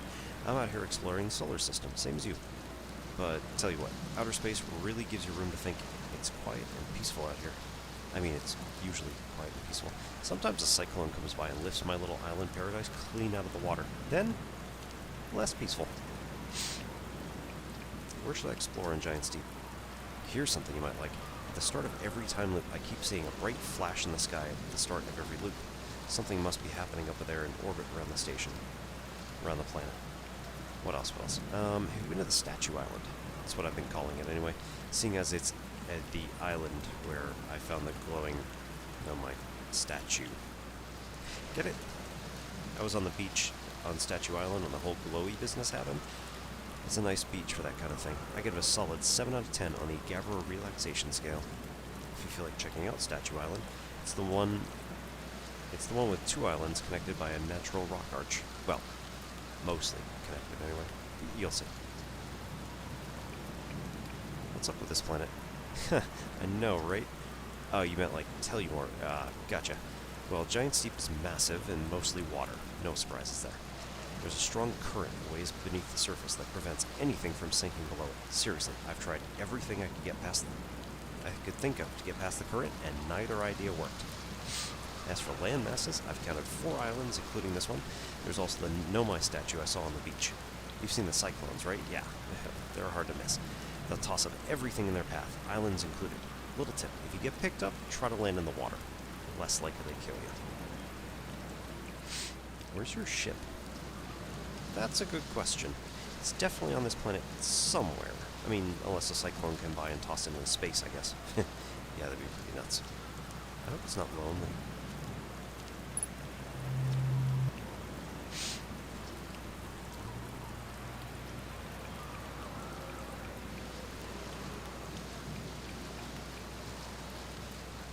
Let's see if I can do something.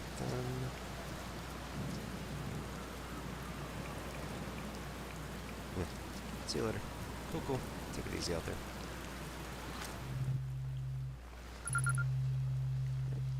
Signal identified. Gabro.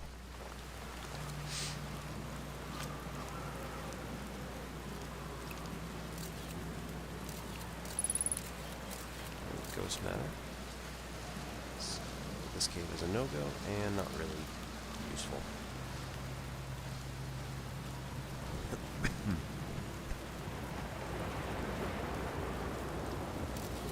Around this way, we can see the other side of the cave. Not really impressive or anything.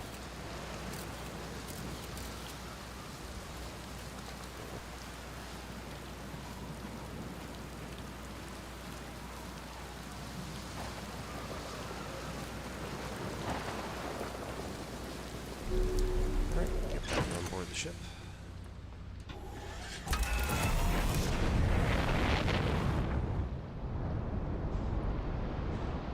Oh, we forgot a marshmallow.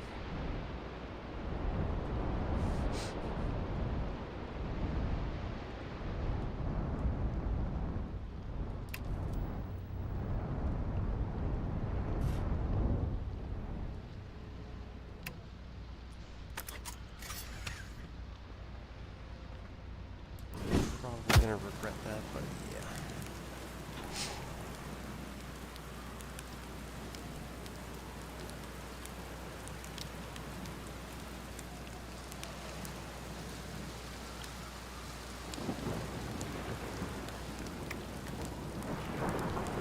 Much.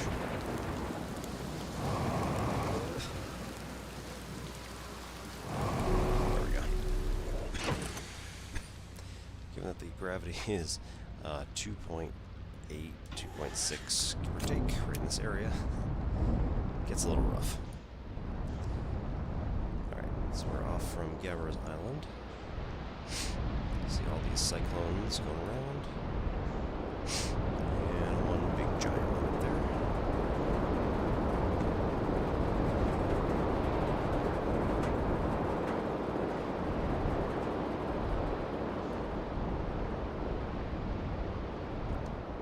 Nice big tempting spot to land.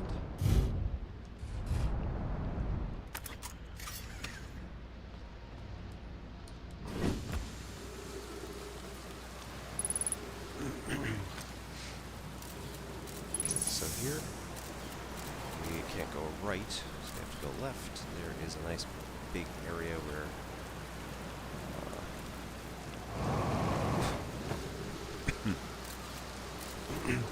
this big area, ghost matter.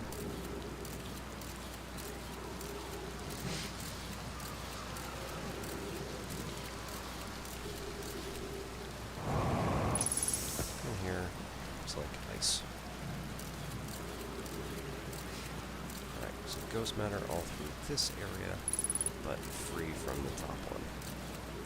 So we go out here. And now we got reporting. Trip 4, entry number whatever. Crashes 2. Boring crashes 0. Remember to see Slate when I get back. Haha, yeah, all the way down to the core. Consider yourself conquered, Giant Steve. You just got feldsparred. That was one of my more dramatic feats, if I do say so myself. Can't believe I wasn't electrocuted. I can't wait to tell Hornfels and Gosson about this one. I guess brute force isn't always the answer. Right, so that's one more off the list. Seems that's all that's left is the big one now. Dark Bramble, here I come.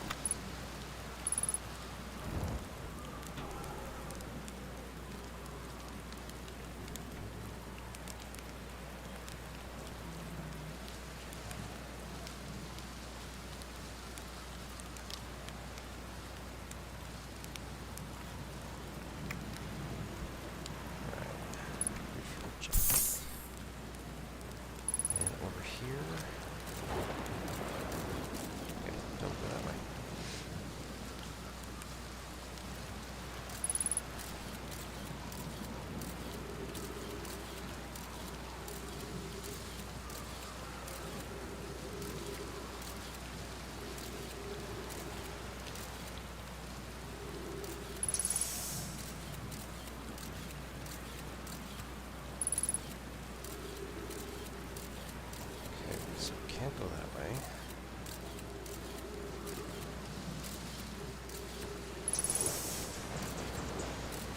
I wanted to check out the jellyfish-looking things over there. Don't know if that's going to happen.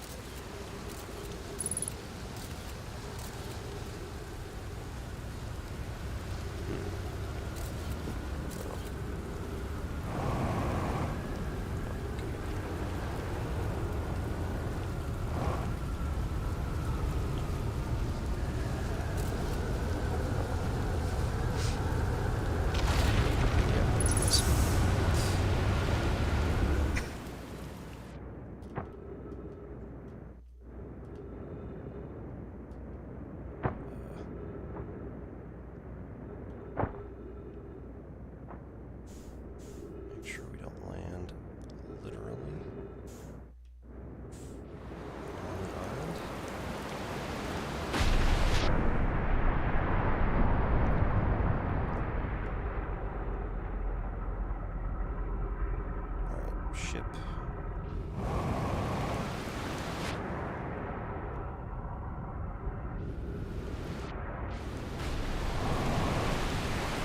Oh dear.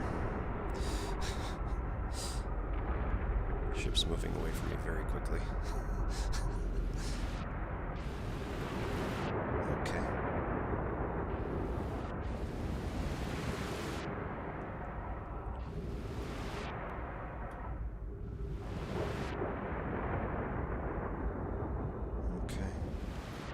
Huh.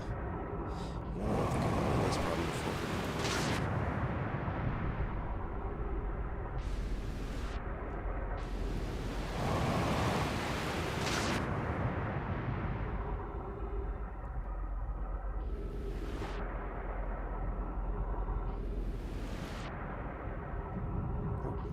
Island?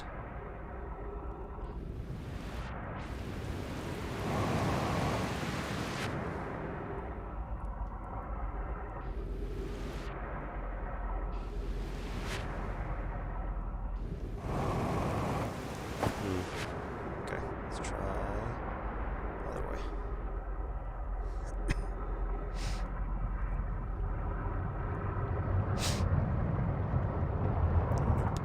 Okay. Current is too strong, can't go that way.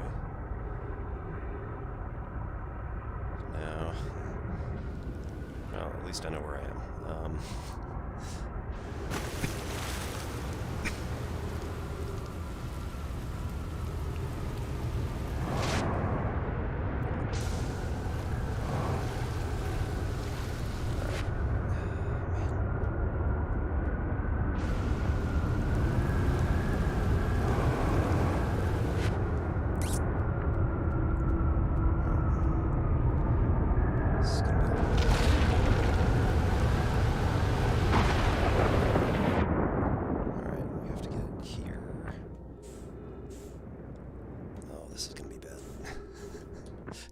You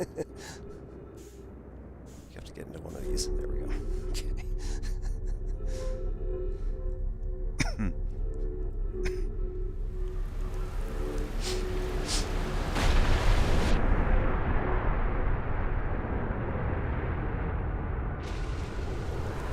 Alright, control module projection stone.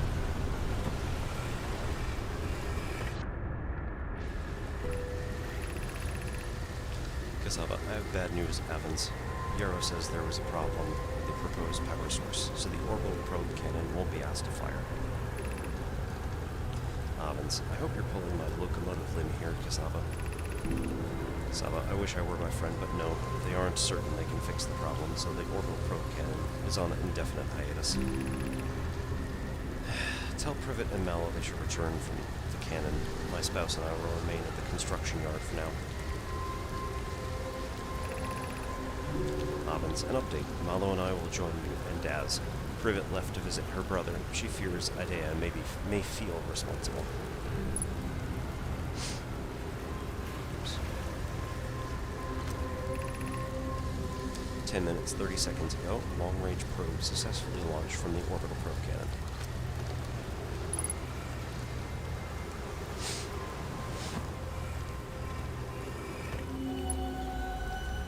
So control module projection stone. Let's see here. All the funky stuff going on.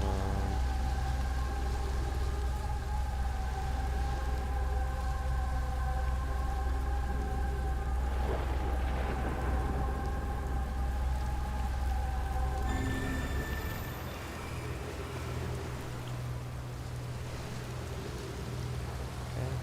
Let's see.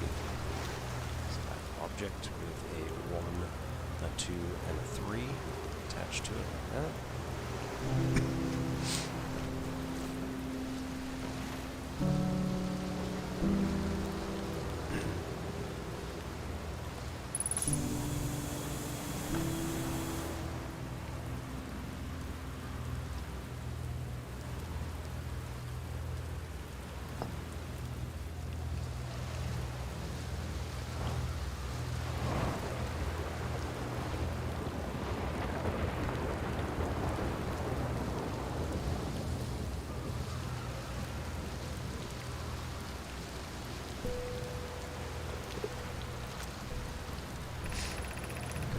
This is it. We finished building the final orbital probe cannon module and are ready to send it into orbit around Giant's Deep for assembly.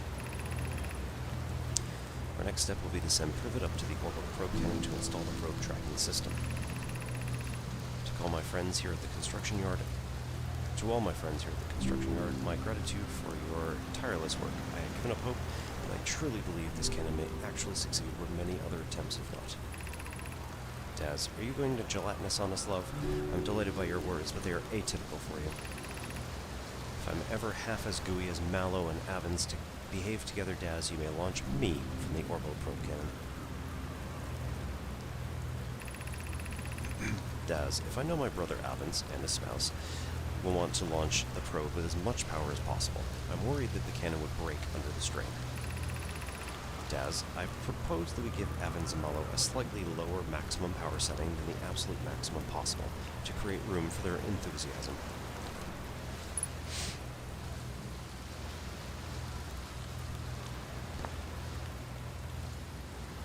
Alright, my ship is halfway across the planet. Great.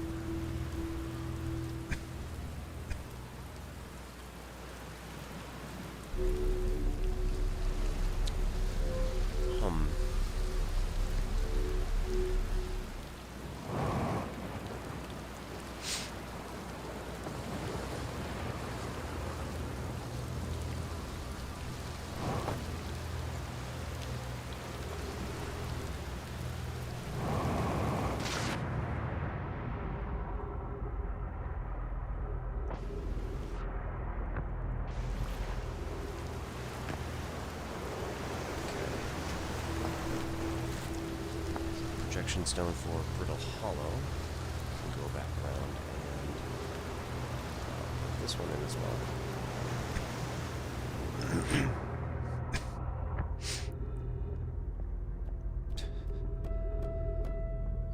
Negative gravity, lovely.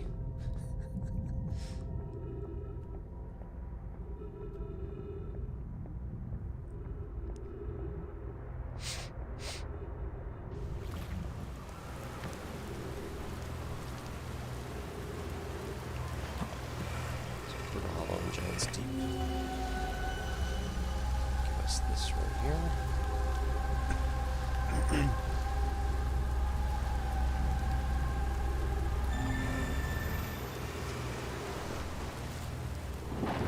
Get a different conversation.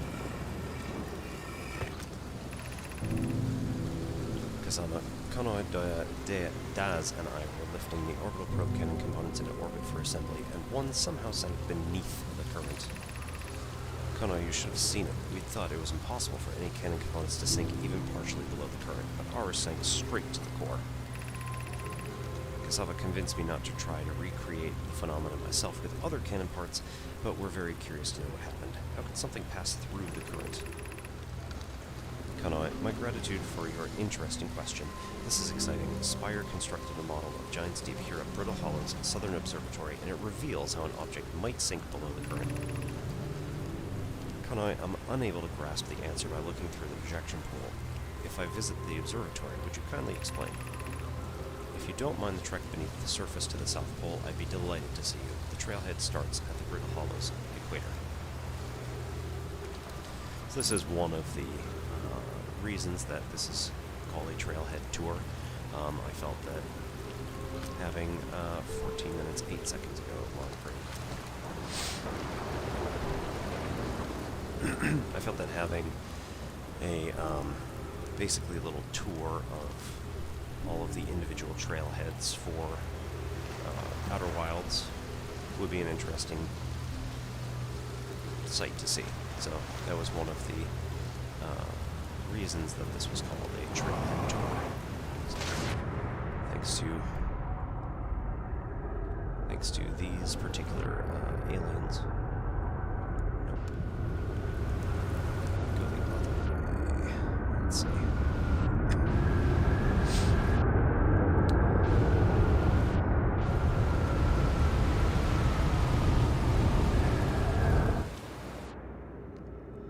Let's try to go around the planet and see if we can't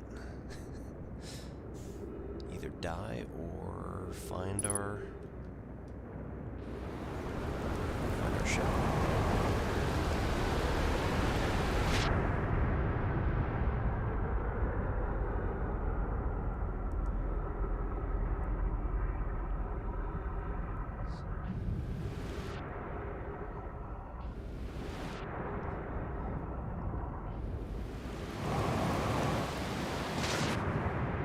One way or the other, this is going to end badly, so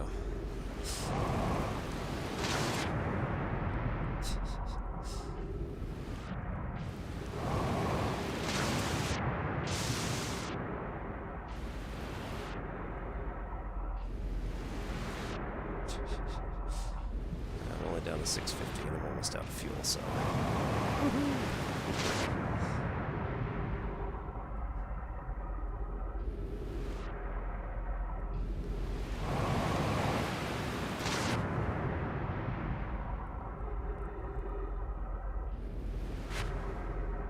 There's Gabbro's ship.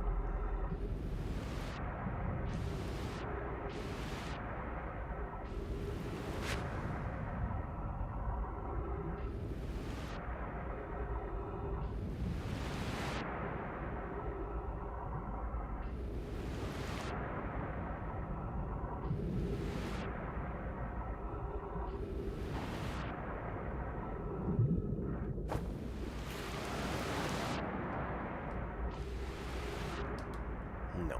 Okay, well, worth a shot.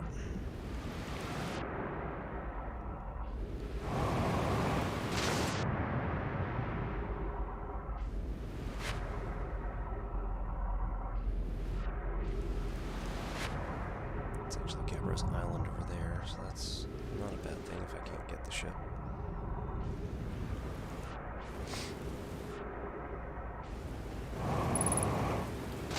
That's oxygen. Okay. Right next to it. So, I don't think that that's going to do anything, but interesting to look at nonetheless. There we go.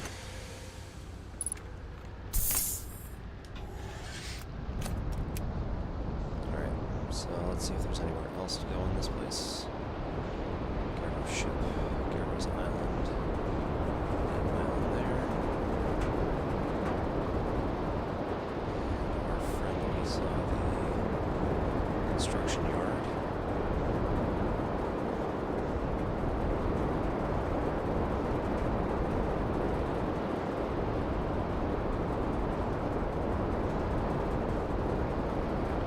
Oh yeah, there we go.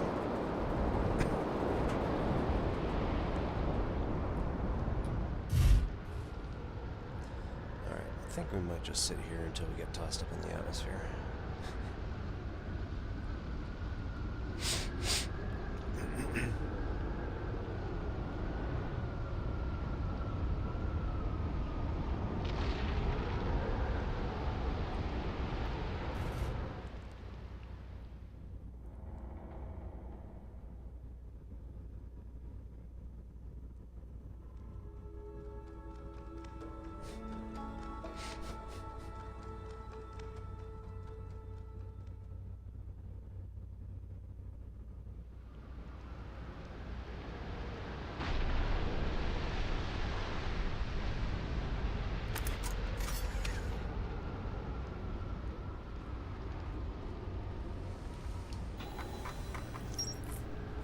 See what else we got here? Oh, right.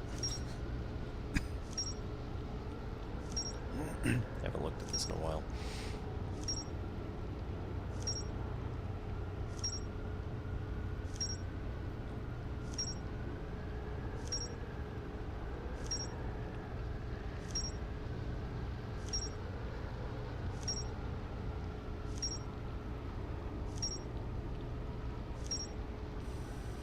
Okay. Oh well. Whitehall Station.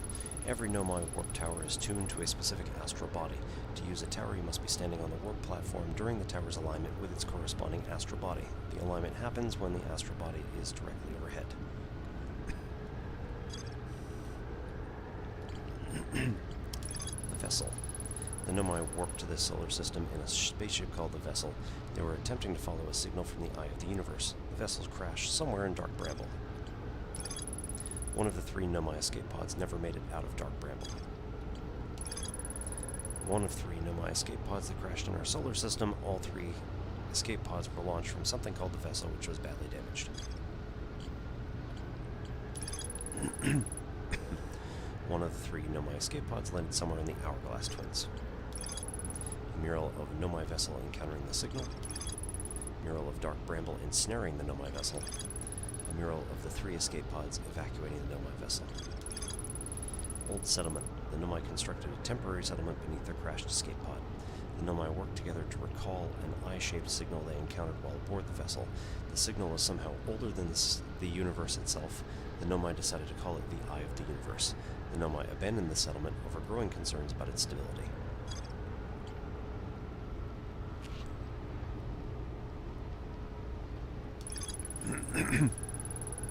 The Nomai decided to migrate from the old settlement to the northern glacier. They used gravity crystals to craft a stable path beneath the surface. And more to explore here. Statue Island. One of the islands on Giant's Deep has a Nomai statue on the beach, just like the one Gabbro brought back to Timberhearth. Statue Island, as Gabbro calls it, is the one with two islands connected by a natural rock arch. That's the one we just landed on. Gabbro's Island. Gabbro is lounging in a hammock near the island shore. Gabbro found a Nomai statue on another island. The statue's eyes started glowing, and Gabbro saw their memories flash before their eyes. Gabbro remembers dying. They saw their memories flash before their eyes, just like the time with the statue. Gabbro and I seem to be the only ones aware we're in a time loop. Orbital probe cannon. The Nomai finished building the final module for the orbital probe cannon and sent it into orbit around Giant's Deep. I used a Nomai projection pool and saw the interior of a space station in orbit around Giant's Deep. Gabbro sees a bright flash in the sky at the start of every loop. Something must be happening in orbit around Giant's Deep.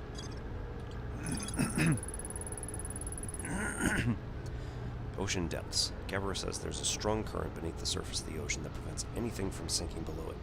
The Nomai on the construction yard saw something sink below the water current, which they thought previously impossible. Feldspar found a way to reach the core of Giant's Deep. Bramble Island. An island of thorny vines and what appears to be a frozen jellyfish. It looks like Feldspar camped here before heading off to Dark Bramble. Construction yard. This island is where the Nomai built the orbital probe cannon. For some reason, the Nomai put the orbital probe cannon on indefinite hiatus. The cannon was not asked to fire. According to the Nomai computer, a long-range probe was recently launched from the orbital probe cannon. Feldspar headed off to Dark Bramble after reaching the core of Giant's Deep. When I launched my scout into the seed that crashed on Timberhearth, it ends up somewhere in Dark Bramble. The Nomai at Southern Observatory constructed a model of Giant's Deep that revealed how an object might sink below a strong ocean current. There is a path beneath the surface that leads to the observatory. The trailhead starts at Brittle Hollow's equator. My signal scope picks up harmonica music when I aim it at the seed. Lunar Lookout is a lookout platform with a spectacular view of the solar system. Esker uses their signal scope here to keep tabs on other travelers. Esker is growing a crop of trees at their camp. They seem to be doing okay, but they've probably been alone on the moon for too long.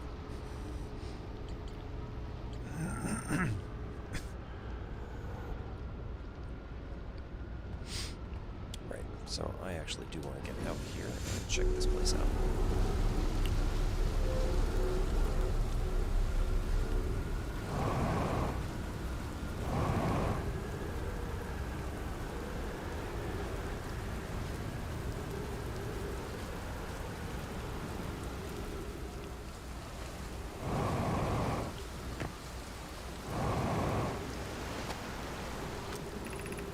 Statue Workshop.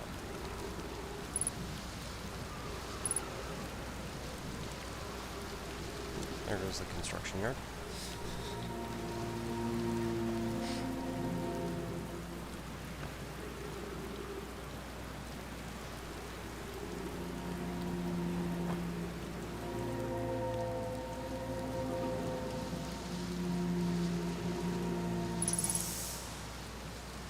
Alright, lots of trees.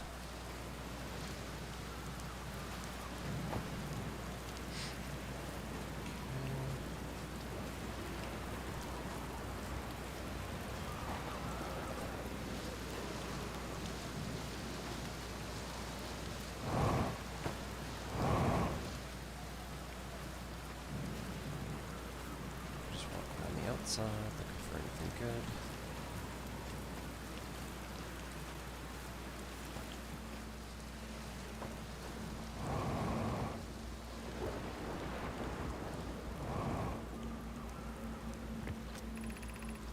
Lemmy, they're going to test the memory statues tonight. Flock said it could be dangerous, so we can't come. But what if we didn't use the door and snuck in the other way? Does anyone want to? Levy, I really want to see the test too, Lemmy, but it's a huge risk to take. We probably shouldn't. Maybe Phlox will let us see a test later. Taggett, Phlox specifically told us not to do that. Looking down, let's see what we have.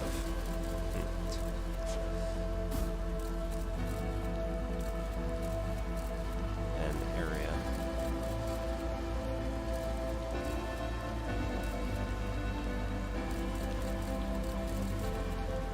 And it's all filled with water.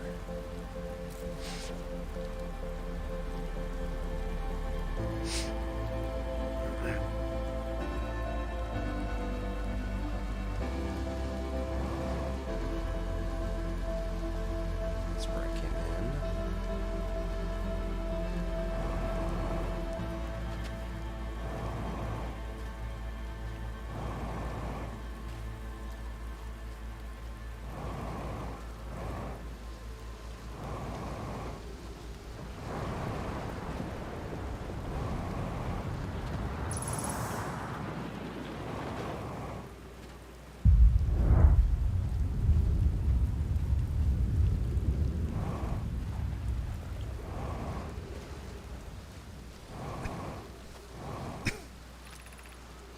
Phlox, welcome to Giant Steep, friends. I'm excited for you to meet the statues. If I'm not in my dwelling, I'm likely in my workshop below inside the island.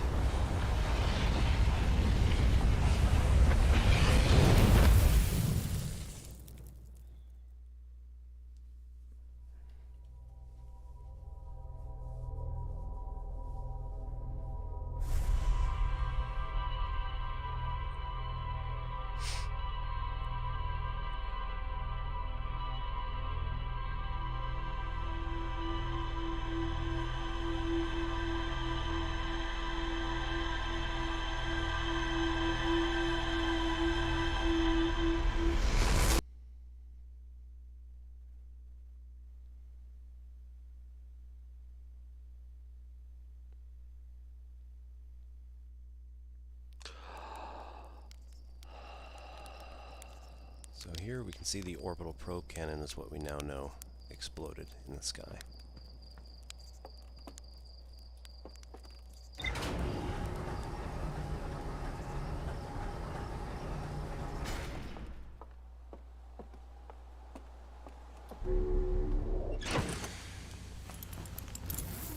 Alright, we still haven't done Dark Bramble, we still haven't done the Twins, and we still really haven't done any of Brittle Hollow. So let's do Brittle Hollow for now. It's usually pretty close by.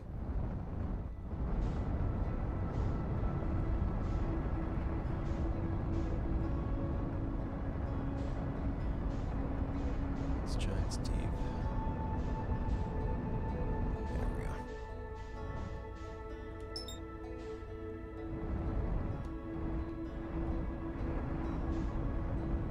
Okay, let's use autopilot.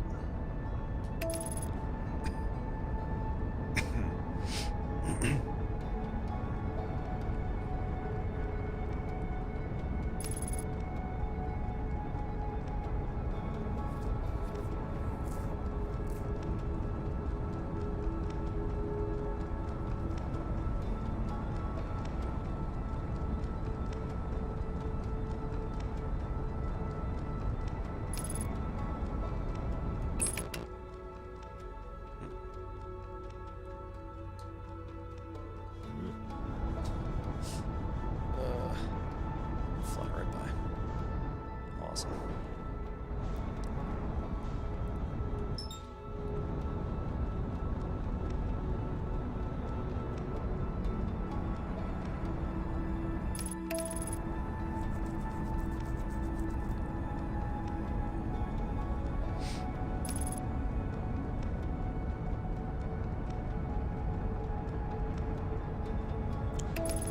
Let's go here, since we're pretty much already in this location. Oof. Alright, not too bad actually. Thought that was gonna crush the landing gear.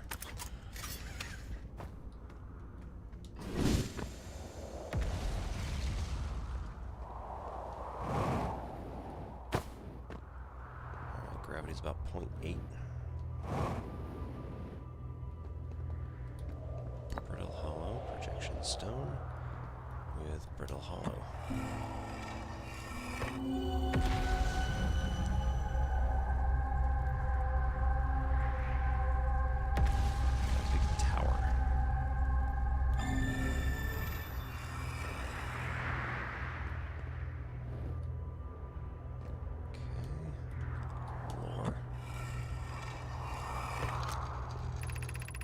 Solanum, I'm at the shuttle. I'm ready to make my first pilgrimage to the Quantum Moon.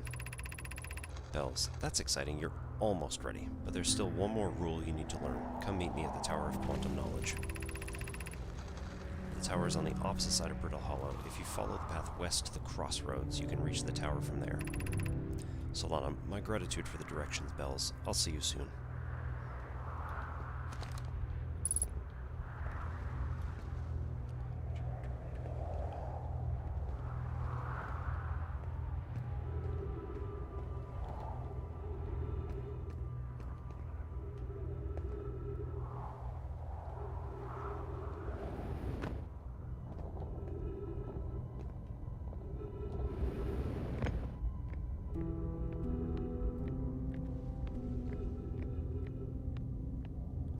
So from here, Southern Observatory, 550 meters.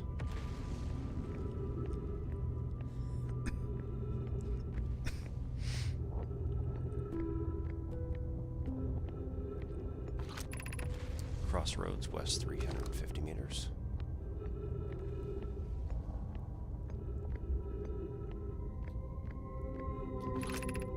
The shuttle is currently resting at the Quantum Moon. Activate the gravity cannon. Call the shuttle home. There's nothing on the platform, so call the shuttle home.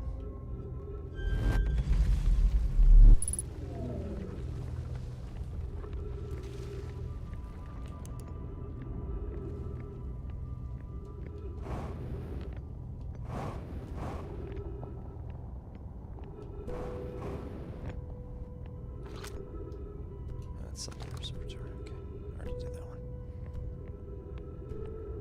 Alright, so, know my shuttle.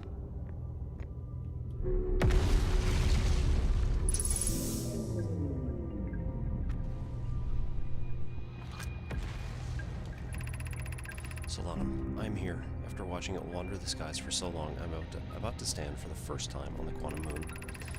As expected, my shuttle has landed at the moon's south pole. I will make the remainder of my journey on foot. I don't know why the Quantum Moon always welcomes its visitors at the South Pole, just that this is true. As a child, I considered such unknowns to be sinister. Now, though, I understand they bear no ill will. The universe is, and we are. I am ready.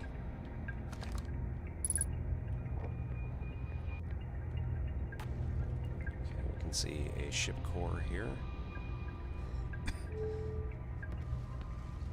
If we click forward, nothing happens. If we click to the left,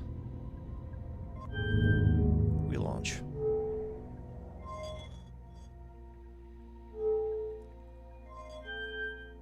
Click to the right, nothing appears to happen.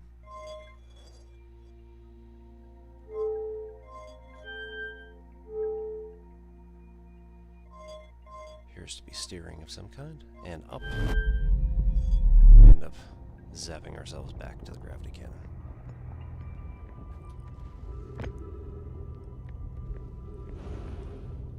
It's a fun little experiment. Our ship is 64 meters up that away. Southern Observatory deals with the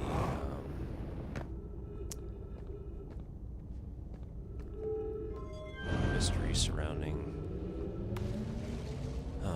Giant Steep. So I think actually maybe we should not do that one.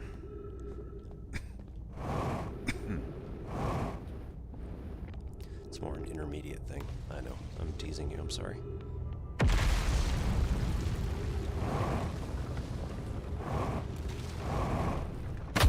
Ow. Okay.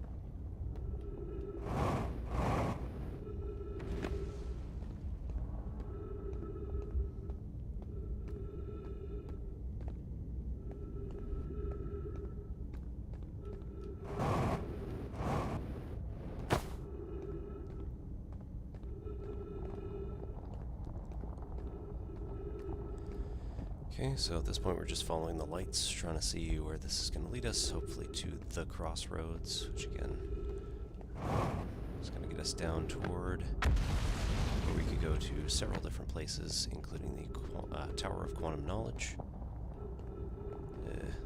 Having a hard time seeing though.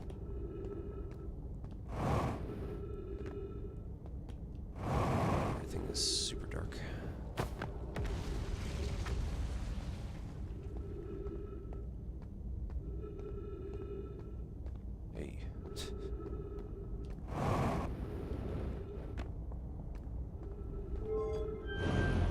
So this is the end of the line. So you push that down, and it'll have us go downward to platform. Good. Always like ending at an actual platform. Unidentified signal nearby. Can hear it. Alright, gravity cannon east 400 meters, just where we came from. Ah, here's another. So this being the crossroads here, we have to the north what looks to be a platform of some kind suspended in ice. Over here we have a tower of some kind. You can see there a nice big chunk of the ground just fell away. Over here we have the gravity cannon where we just were. And there goes another one. Yep.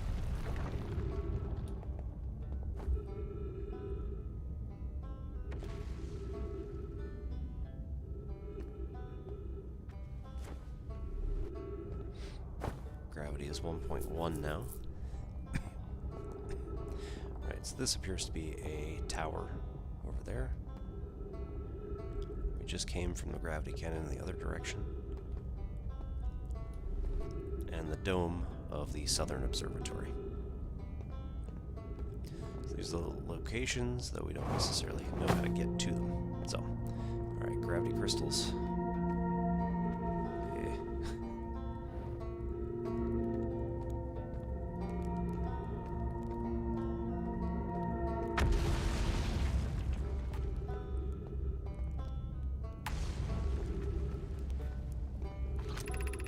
Tower of Quantum Knowledge. Oops. So that'll push us out to the Tower of Quantum Knowledge, provided it's still there.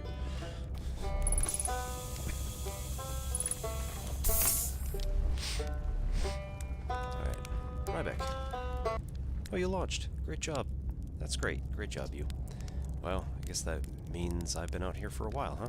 Well, this is Brittle Hollow, but you probably knew that. A lot of history here. It's great. What are you doing here? I'm here to see the Hanging City. It's always been my dream to see it with my own 4 eyes ever since I was a hatchling. An alien race lived in this solar system long before our species even existed. How could I not want to see what their civilization was like? Only you've probably heard the others say it right. I'm afraid of space. No, seriously, I'm more surprised by that than anybody that I'm out here. Do you want to know how we even got this far? I fell. Tripped over a gravity crystal. It's dumb luck I landed somewhere my little scout says is halfway stable instead of being sucked into what's below. I'm engaging the stability of the ground around me using my little scout, and this seems to be the place with the best surface integrity, so I'm just going to stay here until I'm ready to move on. But that's enough about me and my problems. You didn't come all this way to listen to me blather, did you? That'd be Yeah. I learned something. Cool, what is it? I found the Nomai escape pod on Brittle Hollow. Wow. So then the Nomai probably came here from somewhere outside the solar system. And they must have been in trouble when they launched their escape pod. But what kind of trouble?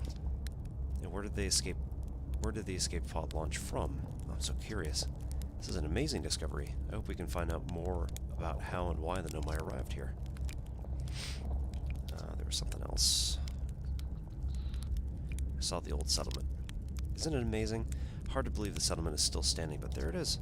It really makes you appreciate living somewhere like Timberhearth. You know, somewhere that isn't being constantly bombarded with meteors and rocks and stuff. Where should I explore here? Oh, well, where shouldn't you explore here? Not the black hole. Actually, that's very... no. Which is unfortunate, because the most exciting stuff is all below the crust, including the Hanging City. That's just to the north. You can kind of see it from here. There's also the big dome on the South Pole called the Southern Observatory. You can't get inside from the surface. Trust me, I tried. But if it's like the rest of the Nomai structures here, there's probably a path to it from beneath the crust somewhere. Good luck with exploring. If you need to learn anything about the Nomai, I'd love to hear it if it's not too much trouble. What are you doing out here? Me? I'm an archaeologist, remember? Or, the archaeologist, I guess, seeing as I'm all Timberhearth Scott right now. Brittle Hollow is rich with Nomai history. That's why I'm here. This planet is an absolute treasure trove of culture, history, and science.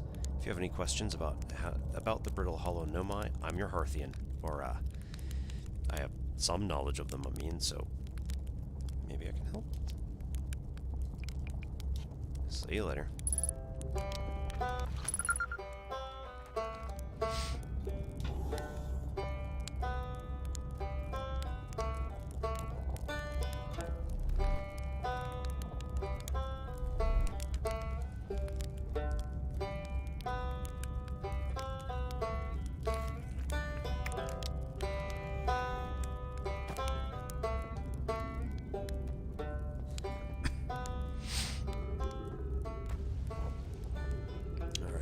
So we push out to the Tower of Quantum Knowledge.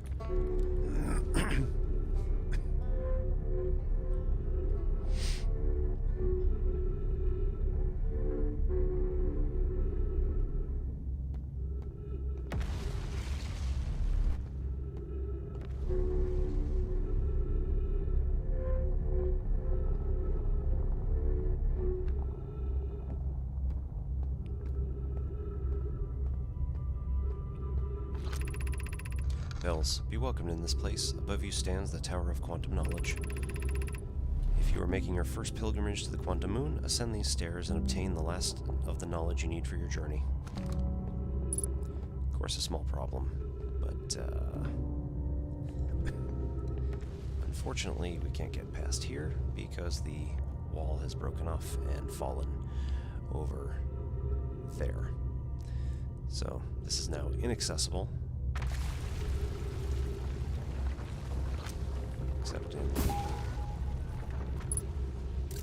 surface integrity, 63%.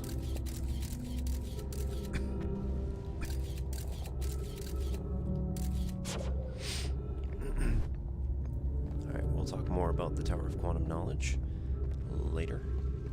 Right now, we are going to go north of here. Nope. We're just going to go up to the surface. Let's see what else we can find.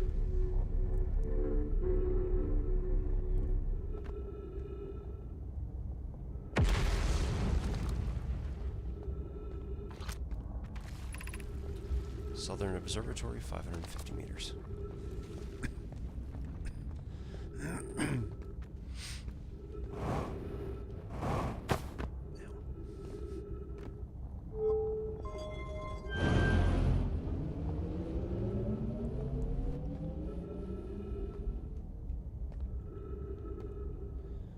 Righto.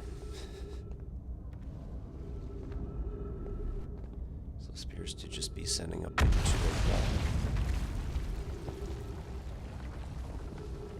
Gravity 1.1, so I'm still here.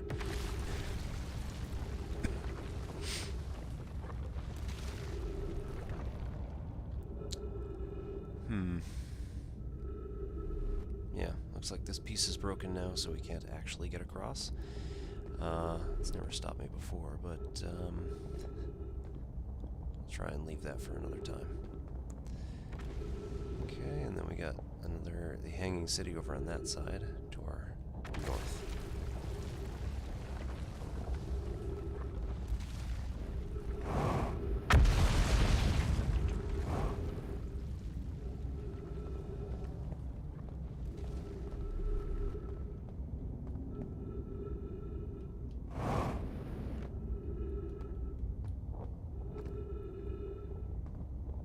Those are not stairs.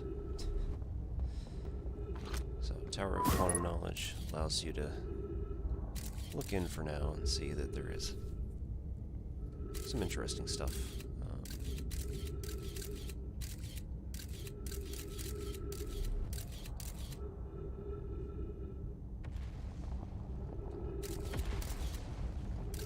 You can also see yourself in the window.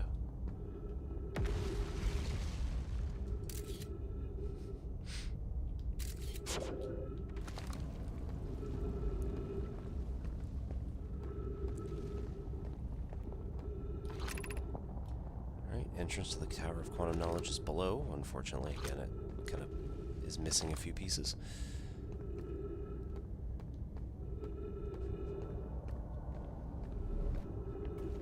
And we should be able to get up from here to the surface. Not that it's really all that safe, but an identified signal nearby. Quantum frequency.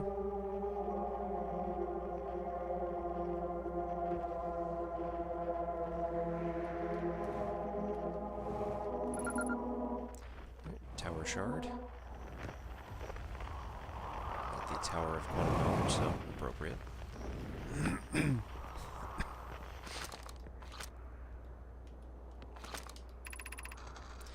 Beneath your feet lies the Tower of Quantum Knowledge.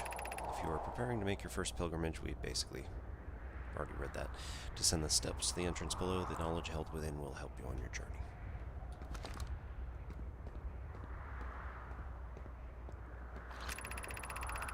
Plume, the trees are moving. The trees in this grove wander about freely, the entire plant, roots and all. This is not normal, even for this alien planet, and I have never seen them move. Is that even possible?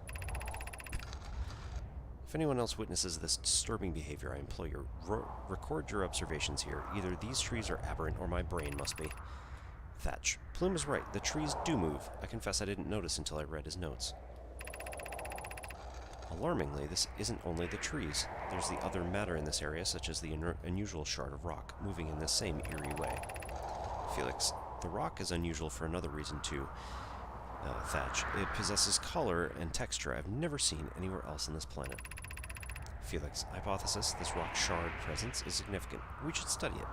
Could it be what's causing the other nearby objects to also move about this area?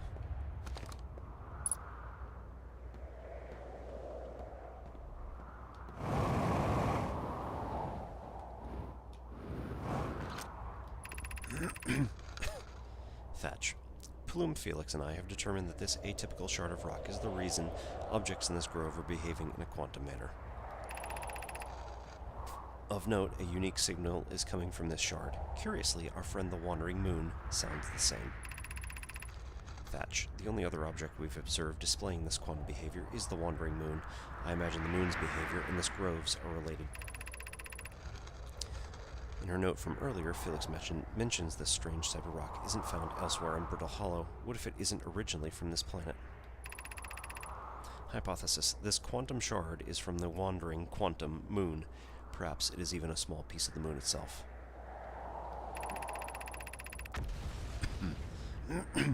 I've also heard the same signal the shard produces calling out from Giant's Deep, Timberhearth, and the Hourglass Twins. Suppose there are other shards like this one.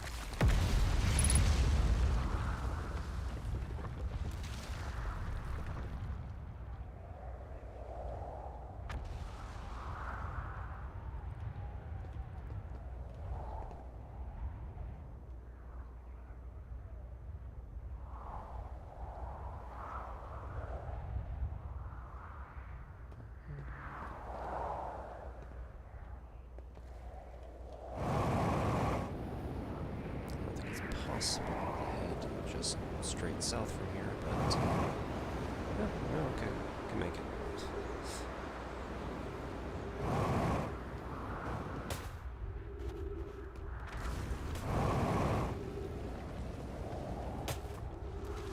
0.9 gravity, so we're still doing all right.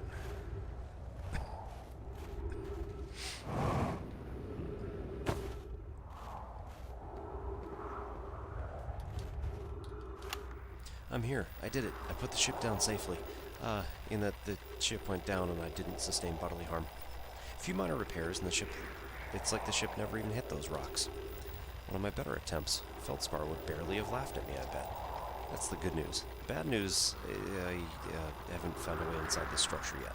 The door is broken, and I know I'm not great at exploring, but I think I would have found a different entrance by now if there were only one. Probably. I can't get inside from here, but I know there are paths below the surface. I'm going to head north to the ruins on the equator and find a way down.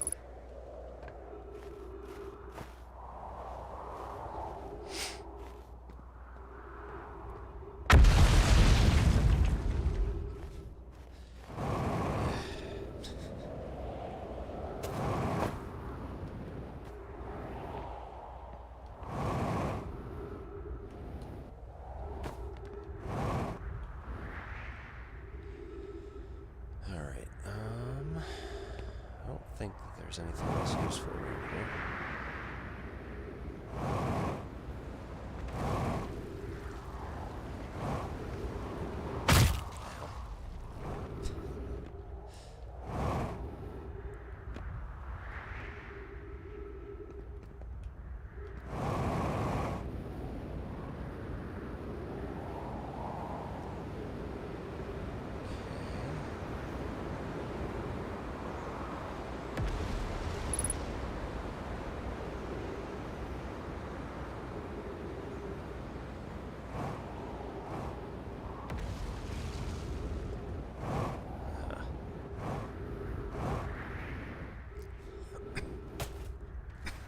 So you can, in fact, make it around the entire planet if you wanted to.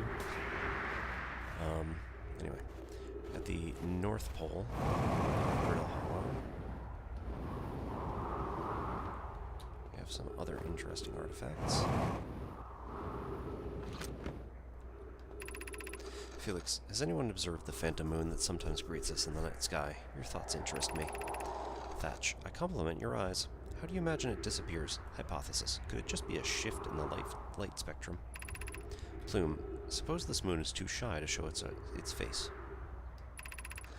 I'm interested in your playful moon. Is it much like its violent friend, Hollow's lantern? This moon isn't volcanic to my unaided eyes. However, sometimes it leaves its friend, Hollow's lantern, for nights at a time. The nights the moon circles this planet appear random. It seems to travel as it likes. Thatch. Imagine if there were 2 volcanic moons. Plume. I imagine there'd be none of us left. Felix. Hypothesis. There can exist too much lava. Thatch. I strongly prefer we test the null hypothesis.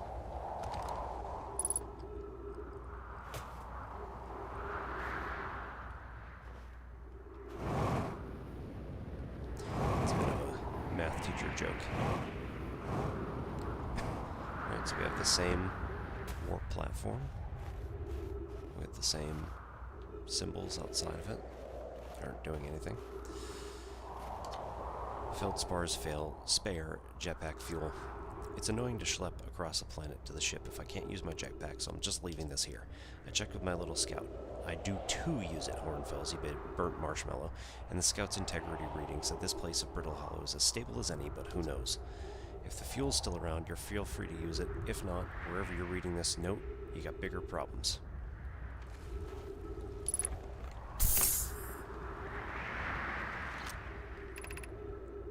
The Hanging City, below 50 meters. So right now we've only got a tunnel that leads up, and the presumably down tunnel has caved in.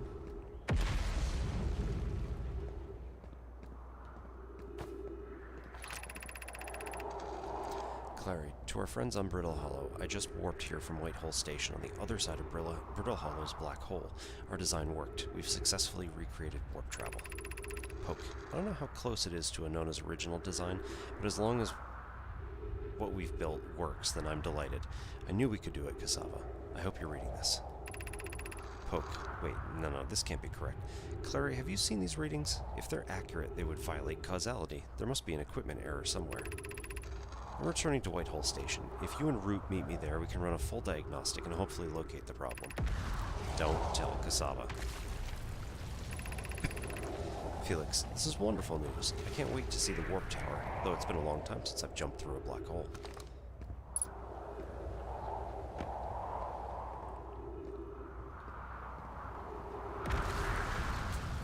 Okay, so we've got a Brittle Hollow projection stone here. And don't see an actual projection item to put in.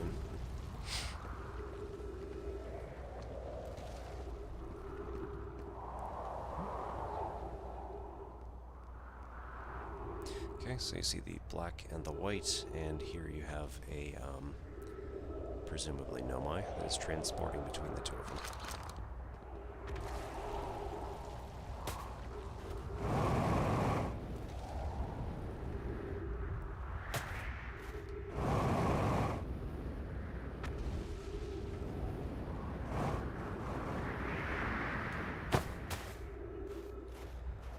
Don't think this is going to work very well, but...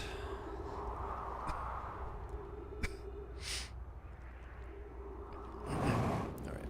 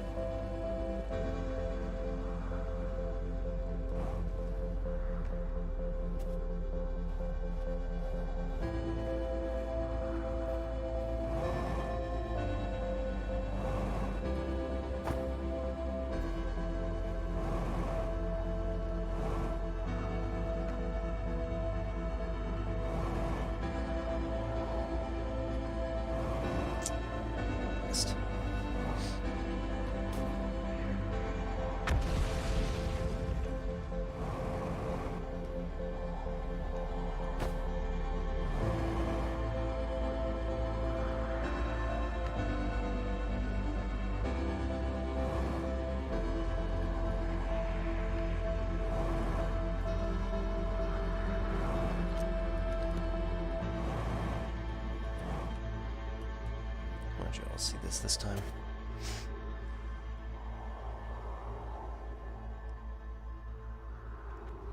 So I'll let you in on a little secret.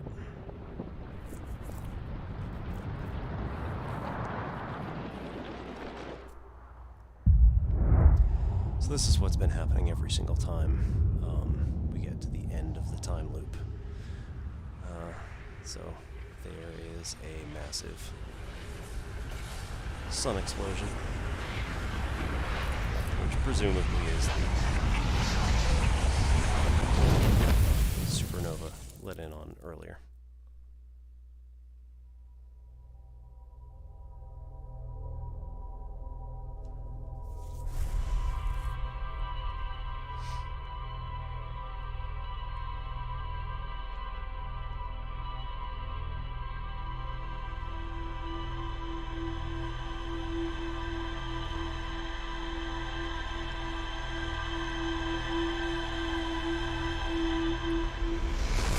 So now the question is why?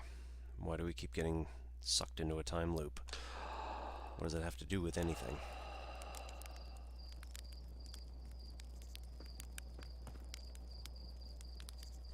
And where did that moon just go? And yes, I know I'm being a bit coy and all that, but still.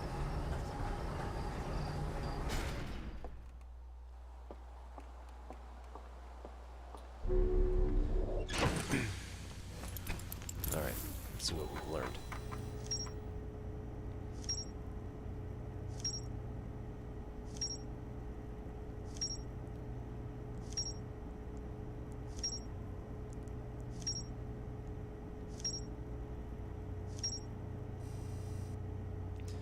Okay.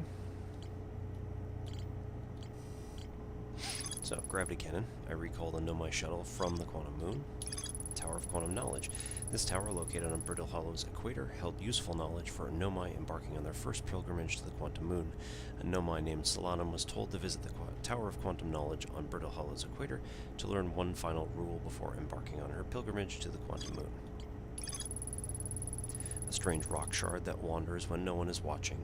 The Nomai determined that this shard on Brittle Hollow is the reason objects in this grove behave in a quantum manner. The Nomai hypothesized that this shard is actually a piece of the Quantum Moon. The shard emits the same signal as the Quantum Moon. The Nomai detected a quantum signal coming from somewhere on Giant Steep. There's a strange rock shard in this grove. Wanders when I'm not looking. So that's Timberhearth. The Nomai detected a quantum signal coming from somewhere on the Hourglass Twins. So, gotta find the shards that exist on Giant Steep and the Hourglass Twins. Quantum Moon. The Nomai on Brittle Hollow observed the phantom moon that would sometimes appear in the sky. A Nomai named Solanum landed a shuttle on the Quantum Moon. Solanum's shuttle. A Nomai named Solanum landed her shuttle at the Quantum Moon's South Pole and prepared to make the rest of the journey on foot. Visitors to the Quantum Moon always arrive at the South Pole for reasons unknown to the Nomai. The North Pole of Brittle Hollow is covered in snow and ice. There is a uniquely shaped Nomai ruin on the surface. The Nomai were able to warp here from the White Hole Station. This is where they first recreated warp technology. White Hole Station, they did that. There's a huge Nomai city just to the north of Rybek's campsite. The Statue Island must be where the Nomai created the statues like the one in our observatory.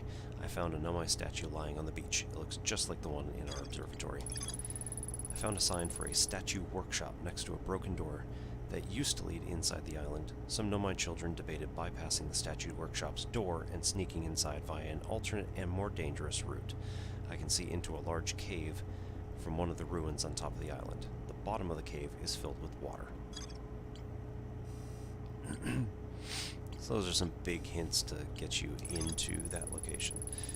Rybek says you can't get into the observatory from the surface. They tried, but there's probably a path to it beneath the crust somewhere. There's a door to the observatory on the surface, but it's broken.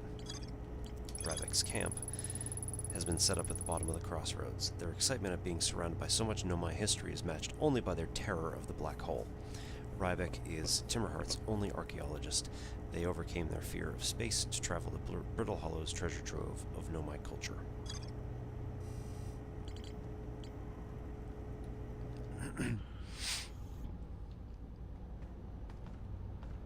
So really, this leaves us with two major planets to deal with so far.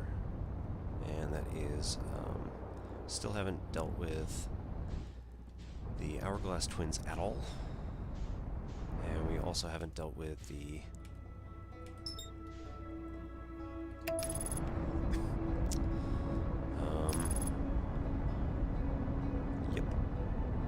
Dark Bramble. Alright, when we look on Ash Twin,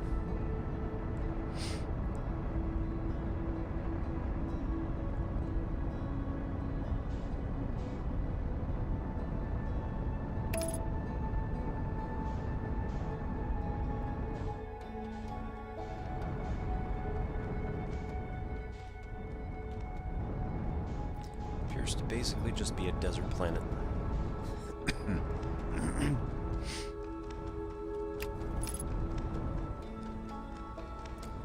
With a couple of tower-like objects. And you can see as this is here, this is coming up to meet us, so it doesn't actually want our ship on the platform at all.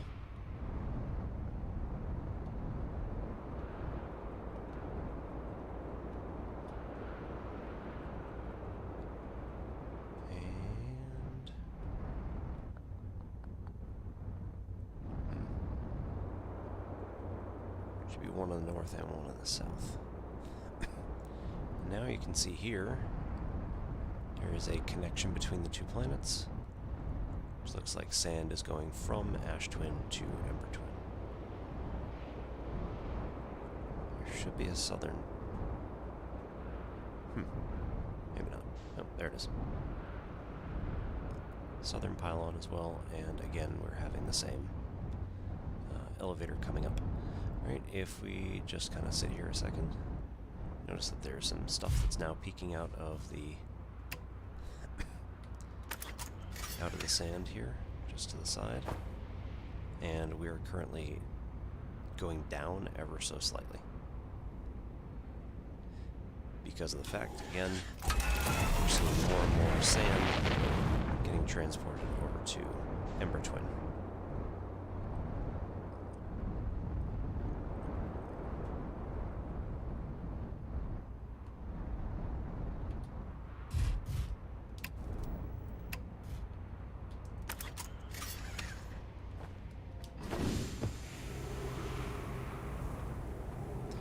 So we have here yet another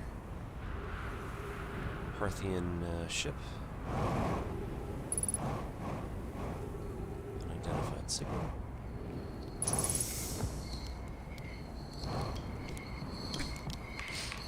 Goodness, it's you. Hello. Take it your first launch went well then. Welcome to Hourglass Twins. I'm on the sand now. What are you up to? Hornfell's asked me to update our star charts, so I'm out here observing. This is one of the best places in the solar system to spot astronomical events. What's weird is I've actually seen a couple of supernovae today. Usually I'd be fortunate just to see one. Keep an eye or two on the stars, and maybe you'll spot one yourself. Tell me, what can I do for you? I found something. I found your notes about the Attlerock's main crater. Did you? I hope they were useful. The planet I mentioned may have been frozen solid, or just partially made of ice, like a much colder giant steep. It's hard to say. It used to be a fifth planet in our solar system. You'll notice, of course, there's not much of a planet now. In its place is Dark Bramble, which, how to put this, grew into the place the fifth planet used to occupy. That is, Dark Bramble quite literally appeared at the center of the fifth planet and began destroying it from the inside out. Eventually, the planet shattered completely, and its shards were flung across space. Some of these shards collided with the celestial bodies in our solar system, such as the Attlerock, which I believe is how the biggest crater was formed. Goodness, it's you. Hello. Right, we already did that. Question for you. Found something. I found Nomai writing about the quantum moon. Oh yes, everyone loves a good mystery, don't they? Who wouldn't wonder about a moon that's sometimes there and sometimes not? I've observed the quantum moon orbiting each of the 5 planets, but sometimes it quite simply disappears from the sky altogether. Maybe there's another place it travels to. Unfortunately, if there is, I've never seen it. Perhaps if I take a closer look at these star charts. How do I know if I've spotted a supernova? Well, supernovae look like extra bright stars to the naked eye, but if you zoom in with your signal scope, you can tell that they're actually enormous explosions. Massive stars go supernova at the end of their lifespans, which is why it's so unusual to see 2 in a single day. I wonder if some of these stars are older than we realized. What are you doing out here? Well, right now I'm documenting stars. Hornfels noticed our star charts are out of date, so they asked me to update them. Please don't tell the others I said this, but sometimes I think I'm the only traveler out here interested in doing any science at all. Maybe don't tell Hornfels either. I think they're pretty deep in denial. Where should I explore here? Well, to be honest, I haven't left this lake bed. I don't mean to brag, but I'm really quite good with this little scout, so I've been taking pictures of everything right here from my campsite. Have you seen the old shipwreck on the Ember Twins' southern hemisphere? The one shooting a bright beam of light into the sky? It's not one of our own crashes, surprisingly enough. This one's a Nomai ship. You'll find Nomai ruins across the Twins, but strangely not a single settlement. Believe me, if there was one to see, I'd have seen it with my little scout. So where did they live? Not on the surface, clearly. The Ember Twin is full of cave systems, though. Maybe the answer lies underground? How dangerous is the big column of falling sand? On a scale of 1 to dead, I'd give it a 7 or 8. Awful pretty, though. Right now, sand is flowing from Ash Twin to Ember Twin, but did you know the process eventually reverses? We're not completely sure why the sand flows back and forth between the twins, but it seems to be a natural phenomenon. Oh, and if you'd like to see something interesting, check out the other twin once a little more of its sand drains off. I promise you won't be disappointed. Just saying hi. Watch out for fallen sand, okay? I had to dig myself out once or twice, and that's not half as fun as it sounds. What are you up to? Yeah, I already did that. Okay.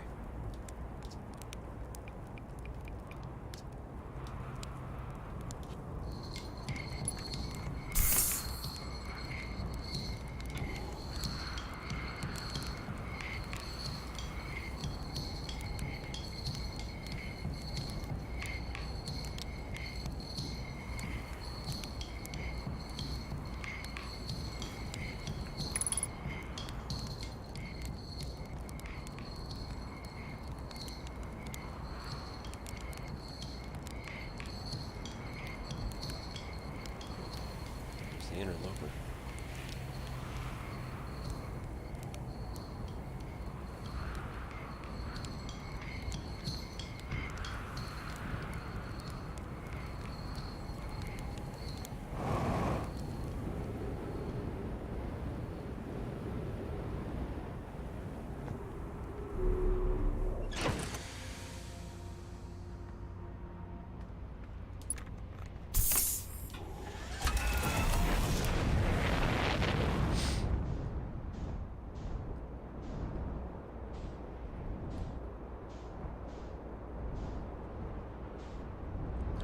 Southern hemisphere, and here we go. No, my escape pod.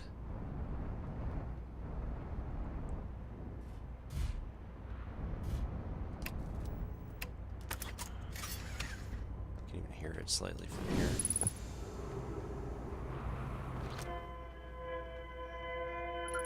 Escape pod 2.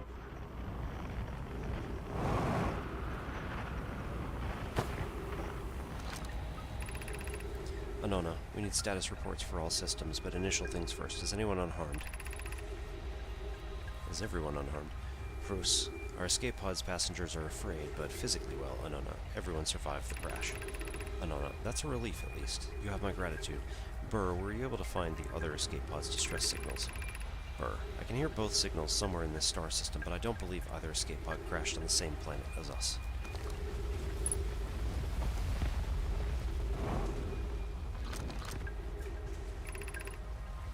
Begin flight log. Escape pod 2. Vessel has been mortally injured. Emergency sequence activated. Awaiting departure from vessel. Launching escape pod 3. Now launching escape pod 2. Alert. Collision imminent. Preparing for impact. Scanning external environment. Scan complete. External temperature is prohibitively high. Verdict. Inhospitable. Do not seek shelter on planet surface.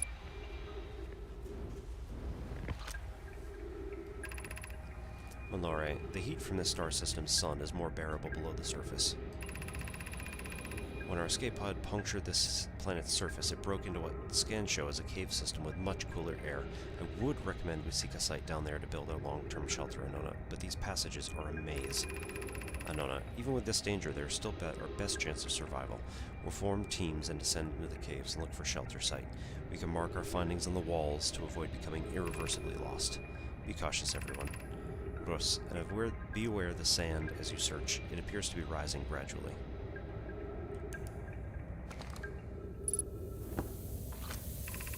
Emergency escape hatch. Did that earlier. Gross, keep moving, friends. There's nothing of interest at the end of this passage but rocks. And while these rocks are interesting, they can wait until a less urgent time. Malore, do not follow this tunnel to its end. Coleus and I will examine the horror that lies at the end, at its terminus later, provided we live through this. Why not, right?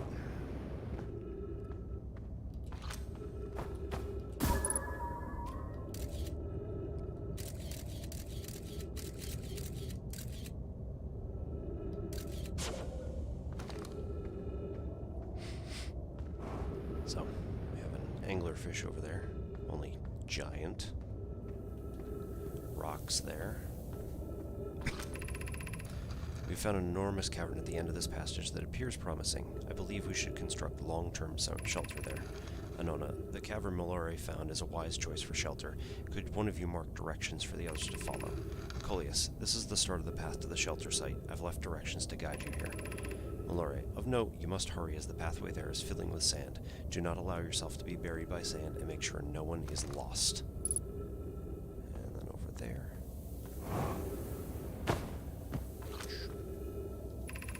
Anona, of note, this passage leads to breathable air. Refill your supply tank there. We cannot tell how far or deep these passages may wind, but do not linger as the area is exposed to the heat of the alien sun. Alright, gravity's about 0.7, 0.8, depending on where you are.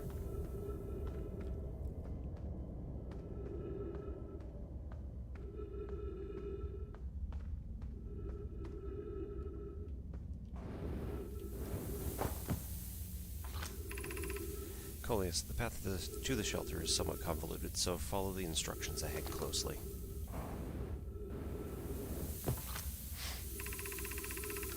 Coleus, to reach the shelter site, walk forward until you meet the sandfall at the pit, then turn left. Continue to the room filled with rock column formations and climb upward through the opening above them. The sand here is rising, so you must be cautious but swift.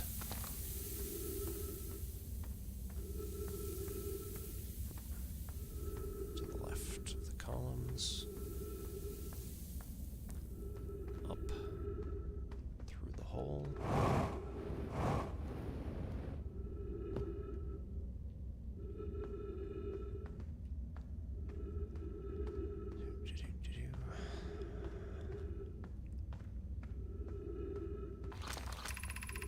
Coleus, be cautious crossing the chasm ahead. The bridge Malore and I have crafted will do its job, but it isn't strong. Coleus, once on the far side, look for the tunnel hidden behind the fallen sand. Follow it, and you'll reach the shelter site.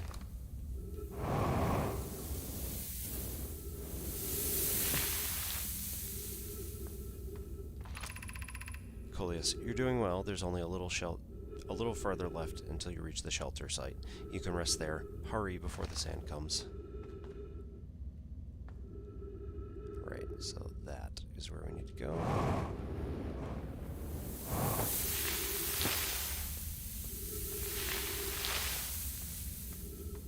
Move this up.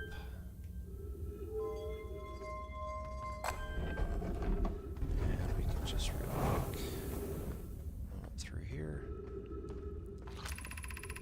Well, alright, this is amazing. Look inside the cave. How did this come to rest here? We haven't encountered others in these caves. I think this is a rare find. From what we can see, Coleus and I believe this specimen must be very old indeed. Imagine what we might learn if we could examine it. Coleus, we both agree it's unlikely this dry planet is this horror's place of origin, especially considering what we observed during the vessel's evacuation. Malore, clearly this hole is far too small for it to have fit through. Hypothesis, there is another entrance to this cave. If there is, Coleus and I will find it. We can't leave valuable information undiscovered. Coleus, an update. We need to find a way inside quickly, Malore, because when I returned here to search for an entrance to the cave, there were children playing on the specimen.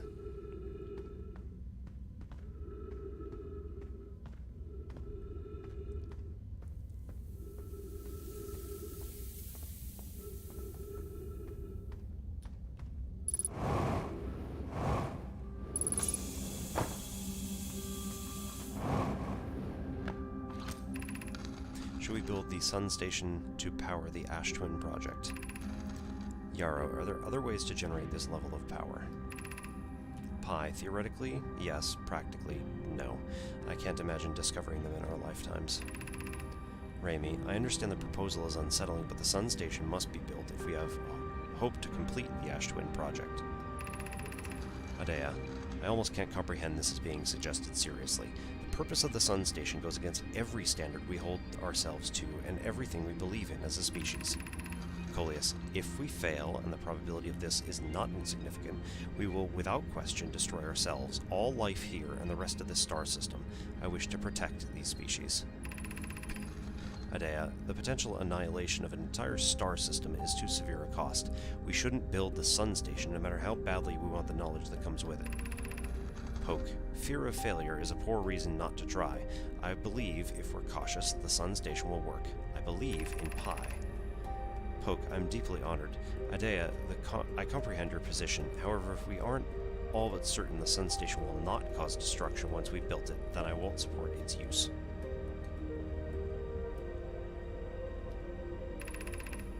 Unsurprisingly, Idea, I disagree, says Pi. We're pushing a possible new technology further than ever before. That, in my experience, is the defining characteristic of our species.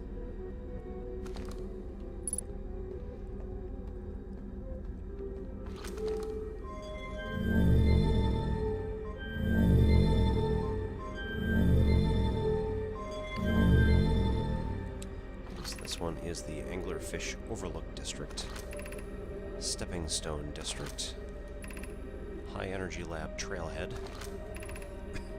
Eye Shrine District. Okay, we can see the sand is rising rather steadily. This one down here. Nuts. I'll ruin that sign. Is the Stepping Stone Cave.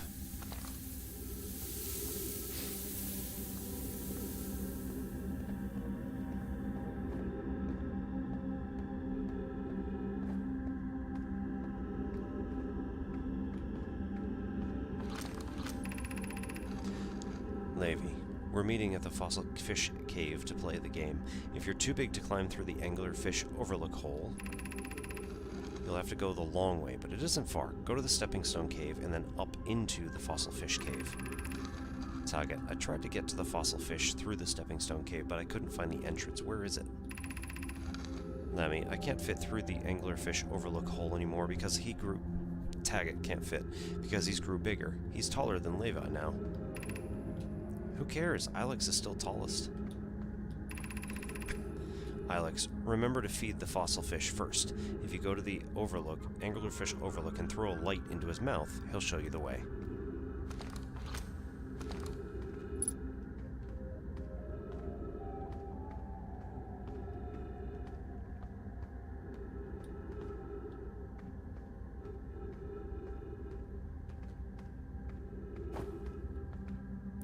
We're getting close.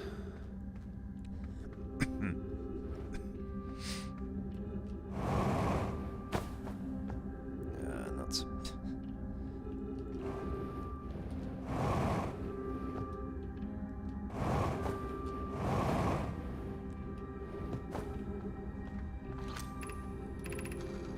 Target, are we playing the fossil fish game tonight? Solanum, I fed the fossil fish a new lantern. If you go to Stepping Stone Cave, the entrance to Fossil Fish Cave is easy to see now. Levi, great gratitude, Solanum. It's good that you're small enough to climb in through the hole at Anglerfish Overlook. Lammy, I'm still small enough. Levi, you won't be for long. Mom and Dad are tall, and so you and I will be tall too. Little spaceship toy.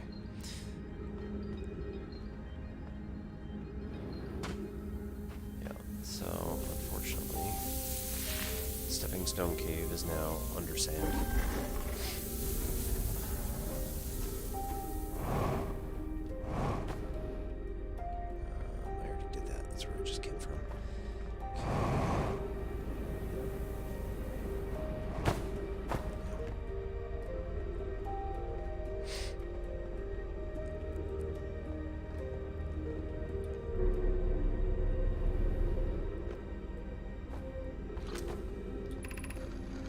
Solanum, I don't know why everyone says the eye is important.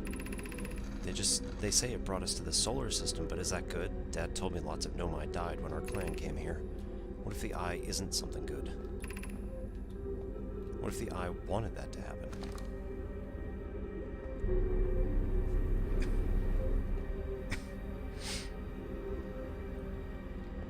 So what we're seeing is a lot of the text of the younger kids is mixed in now with the adults. You saw earlier Solanum had text that was written that was very clean and small, but now Solanum has text that is very large and chunky like the rest of the kids. I thought that detail was a brilliant little thing to put in. Okay, so we have another upward way to move there.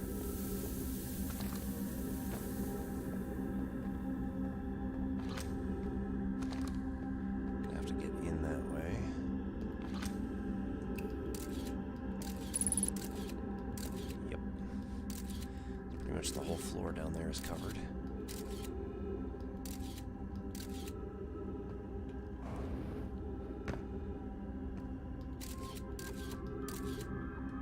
I don't see anything that's useful, unfortunately.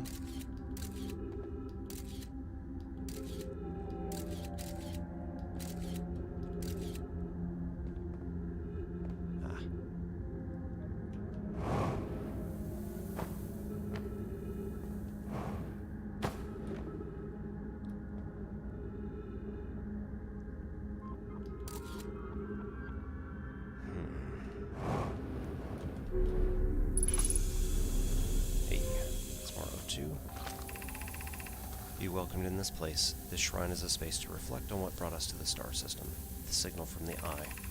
We observed the eye's signal in our travels and followed it here to find its source. What we know is this: the source of the signal, which we have chosen to call the eye of the universe, is older than the universe itself. The rest we have yet to learn. Enter and open your mind to its possibilities.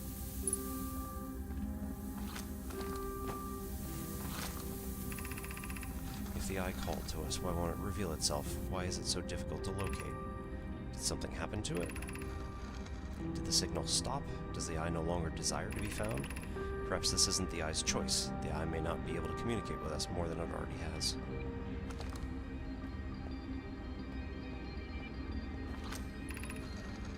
Is the eye natural or artificial? Maybe someone built it. The eye is older than the universe itself. How could something exist before its creator? It could be naturally occurring, although this doesn't answer how the eye could be as old as it is. Did the eye deliberately call out to us by sending a signal, or did we hear the signal by coincidence? Perhaps the eye wanted to be found. Could it be sentient? Maybe it chose us. Does the eye desire something for us? Could it need us in some way? Maybe it doesn't have to.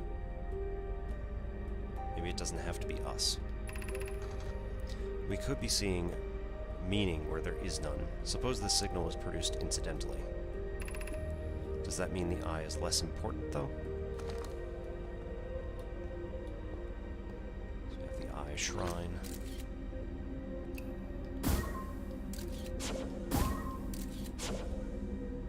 There's a hole up there. That appears to be the only way out. So, yay.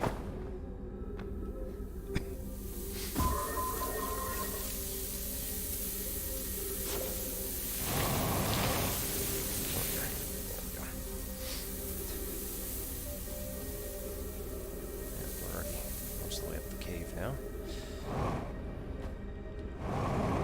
Oh no. Okay. Gravity cannon, 120 meters.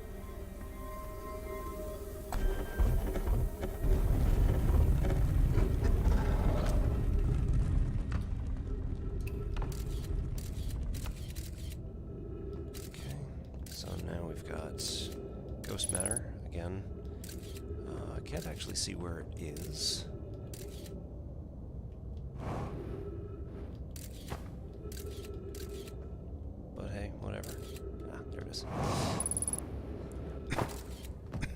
So yeah, dangerous patches are inside that building, but the building's pretty much gone anyway. As we head up, we have a caved-in tunnel with a little entrance to the surface, right next to the gravity cannon.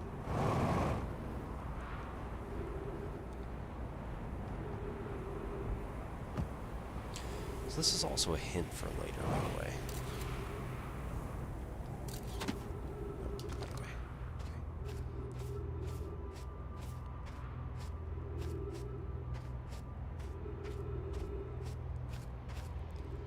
So at this point, our sand here continues to rise. We have gravity cannon, which we cannot currently get to. Our ship is over here by the Nomai ship.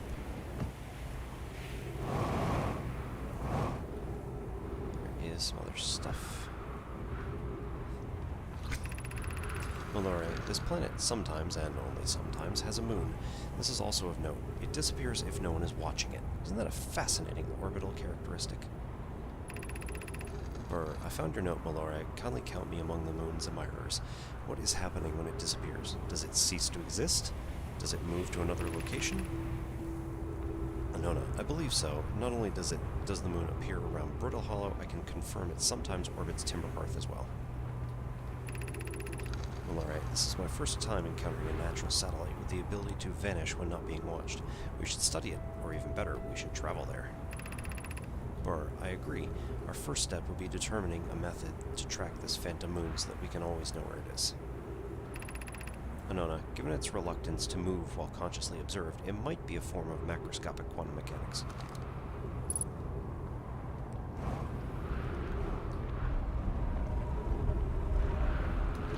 So here, we can see... it's much more pleasant anyway. We can see Brittle Hollow... Nope. What is that? Dark Bramble, and the Quantum Moon is currently sitting around it.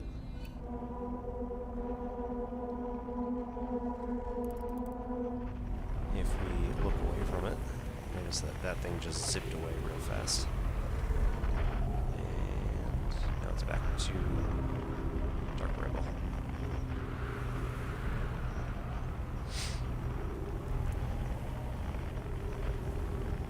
Now it's around Brittle Hollow. Oh, yeah, right. It disappeared because I tried to look at it when it wasn't there.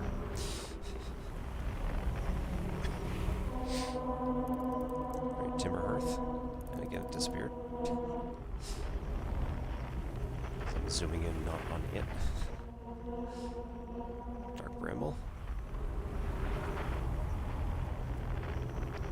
Timberhearth.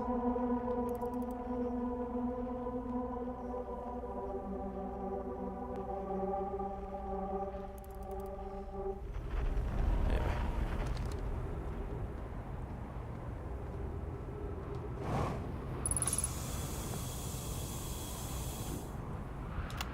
Churt's research notes, property of Churt.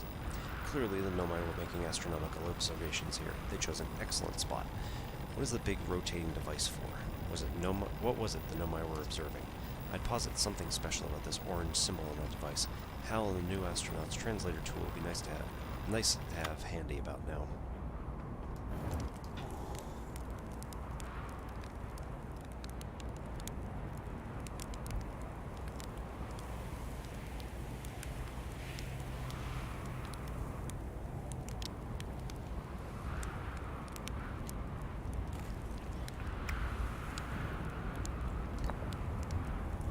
Alternate scroll.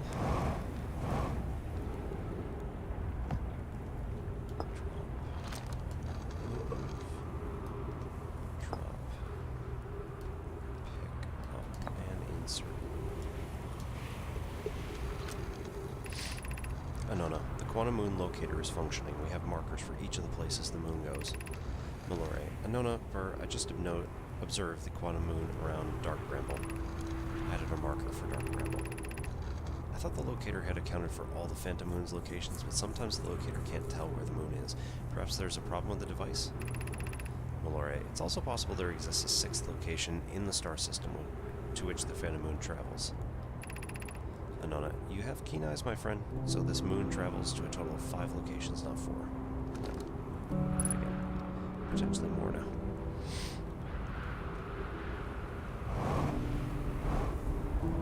Oops.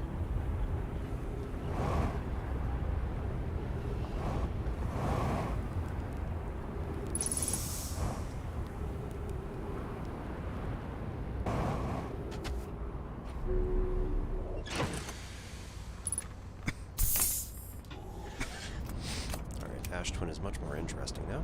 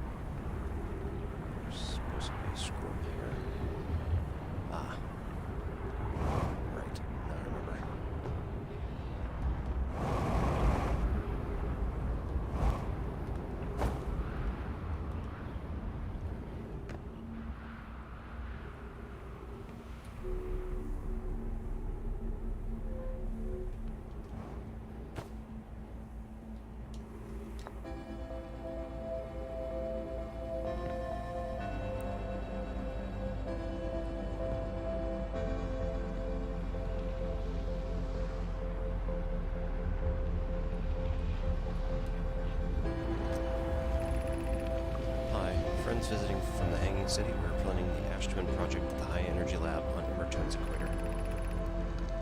I became lost on Ember Twin. My gratitude that Rami found me, but the High Energy Lab is the building with the large solar panels. I'm surprised I didn't see it. Rami, I imagine our otherwise immensely clever Konoi would lose his head if it weren't anatomically possible.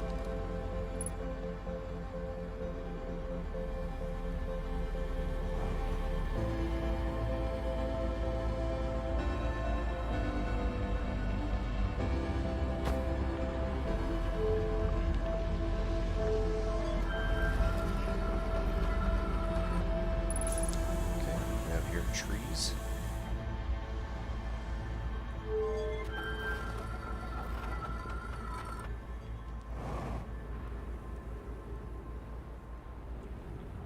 This one here has little pieces that are kind of like the basalt there. So that's... This one here is...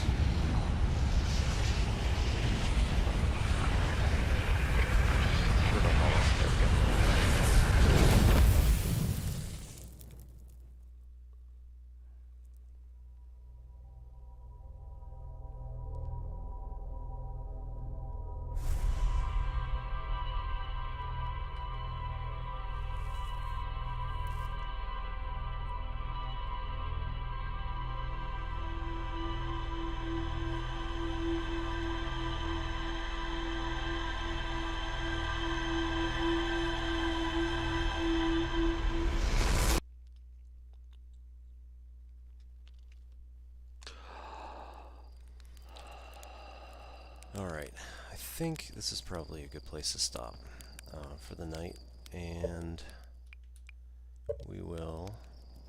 Oops. Sit with some banjo music for a minute.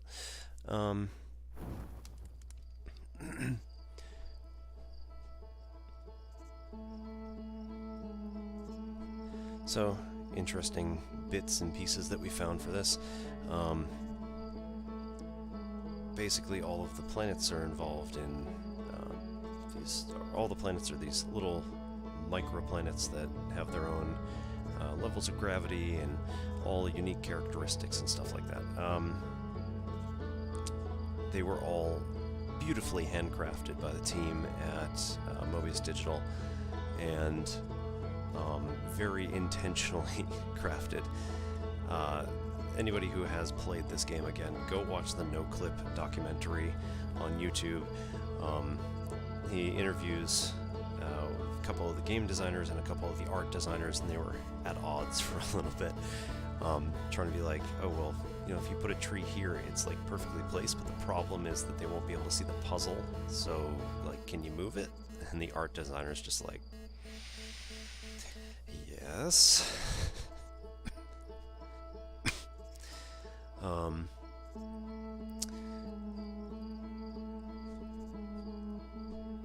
Yeah, there's some really great moments talking about all of the little things about Outer Wilds.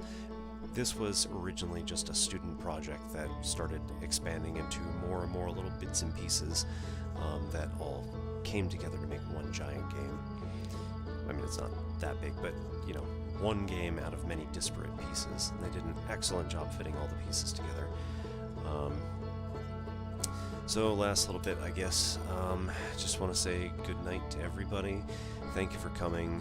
This is my inaugural stream. I'm gonna delete the other one because the video was terrible on it. So hopefully this one worked out very well and we don't have any more problems.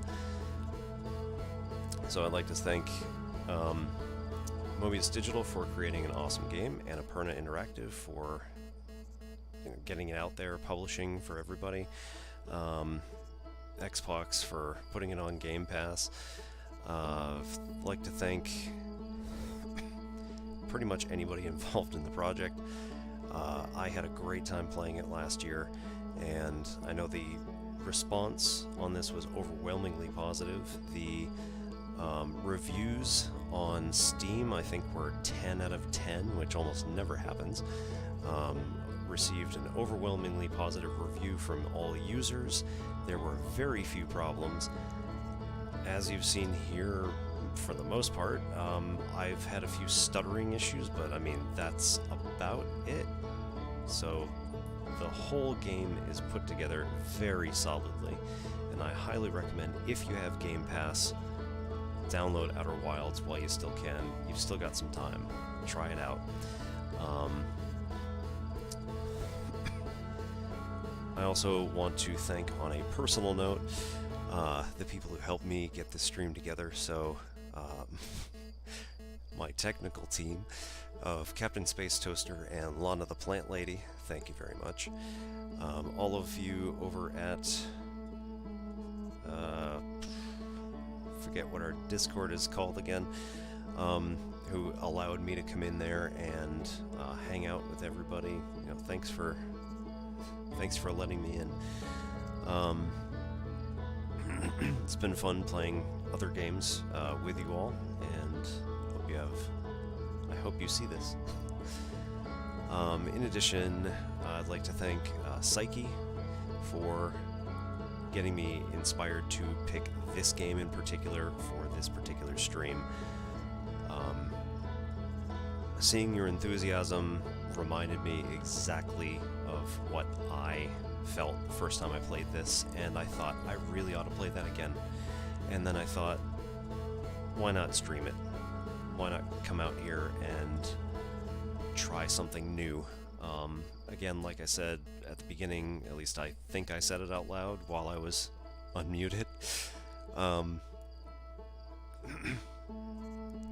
I really want to get into doing some of my own personal video editing while I'm doing my math stuff for my actual school, for my actual job, and being able to come in here and play around with the streaming qualities of all this. It just is really going to help overall make sure that I can get a much better product put out in every aspect that I do this.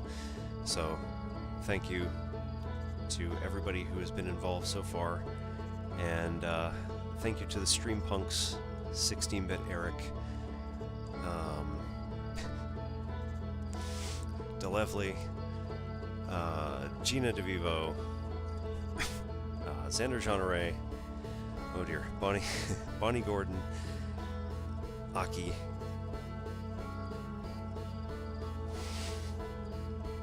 I really hope I didn't miss anybody. You know, you've inspired me a whole bunch to get out here and try to make some sort of content, just even for my own personal benefit. Again, just make a skill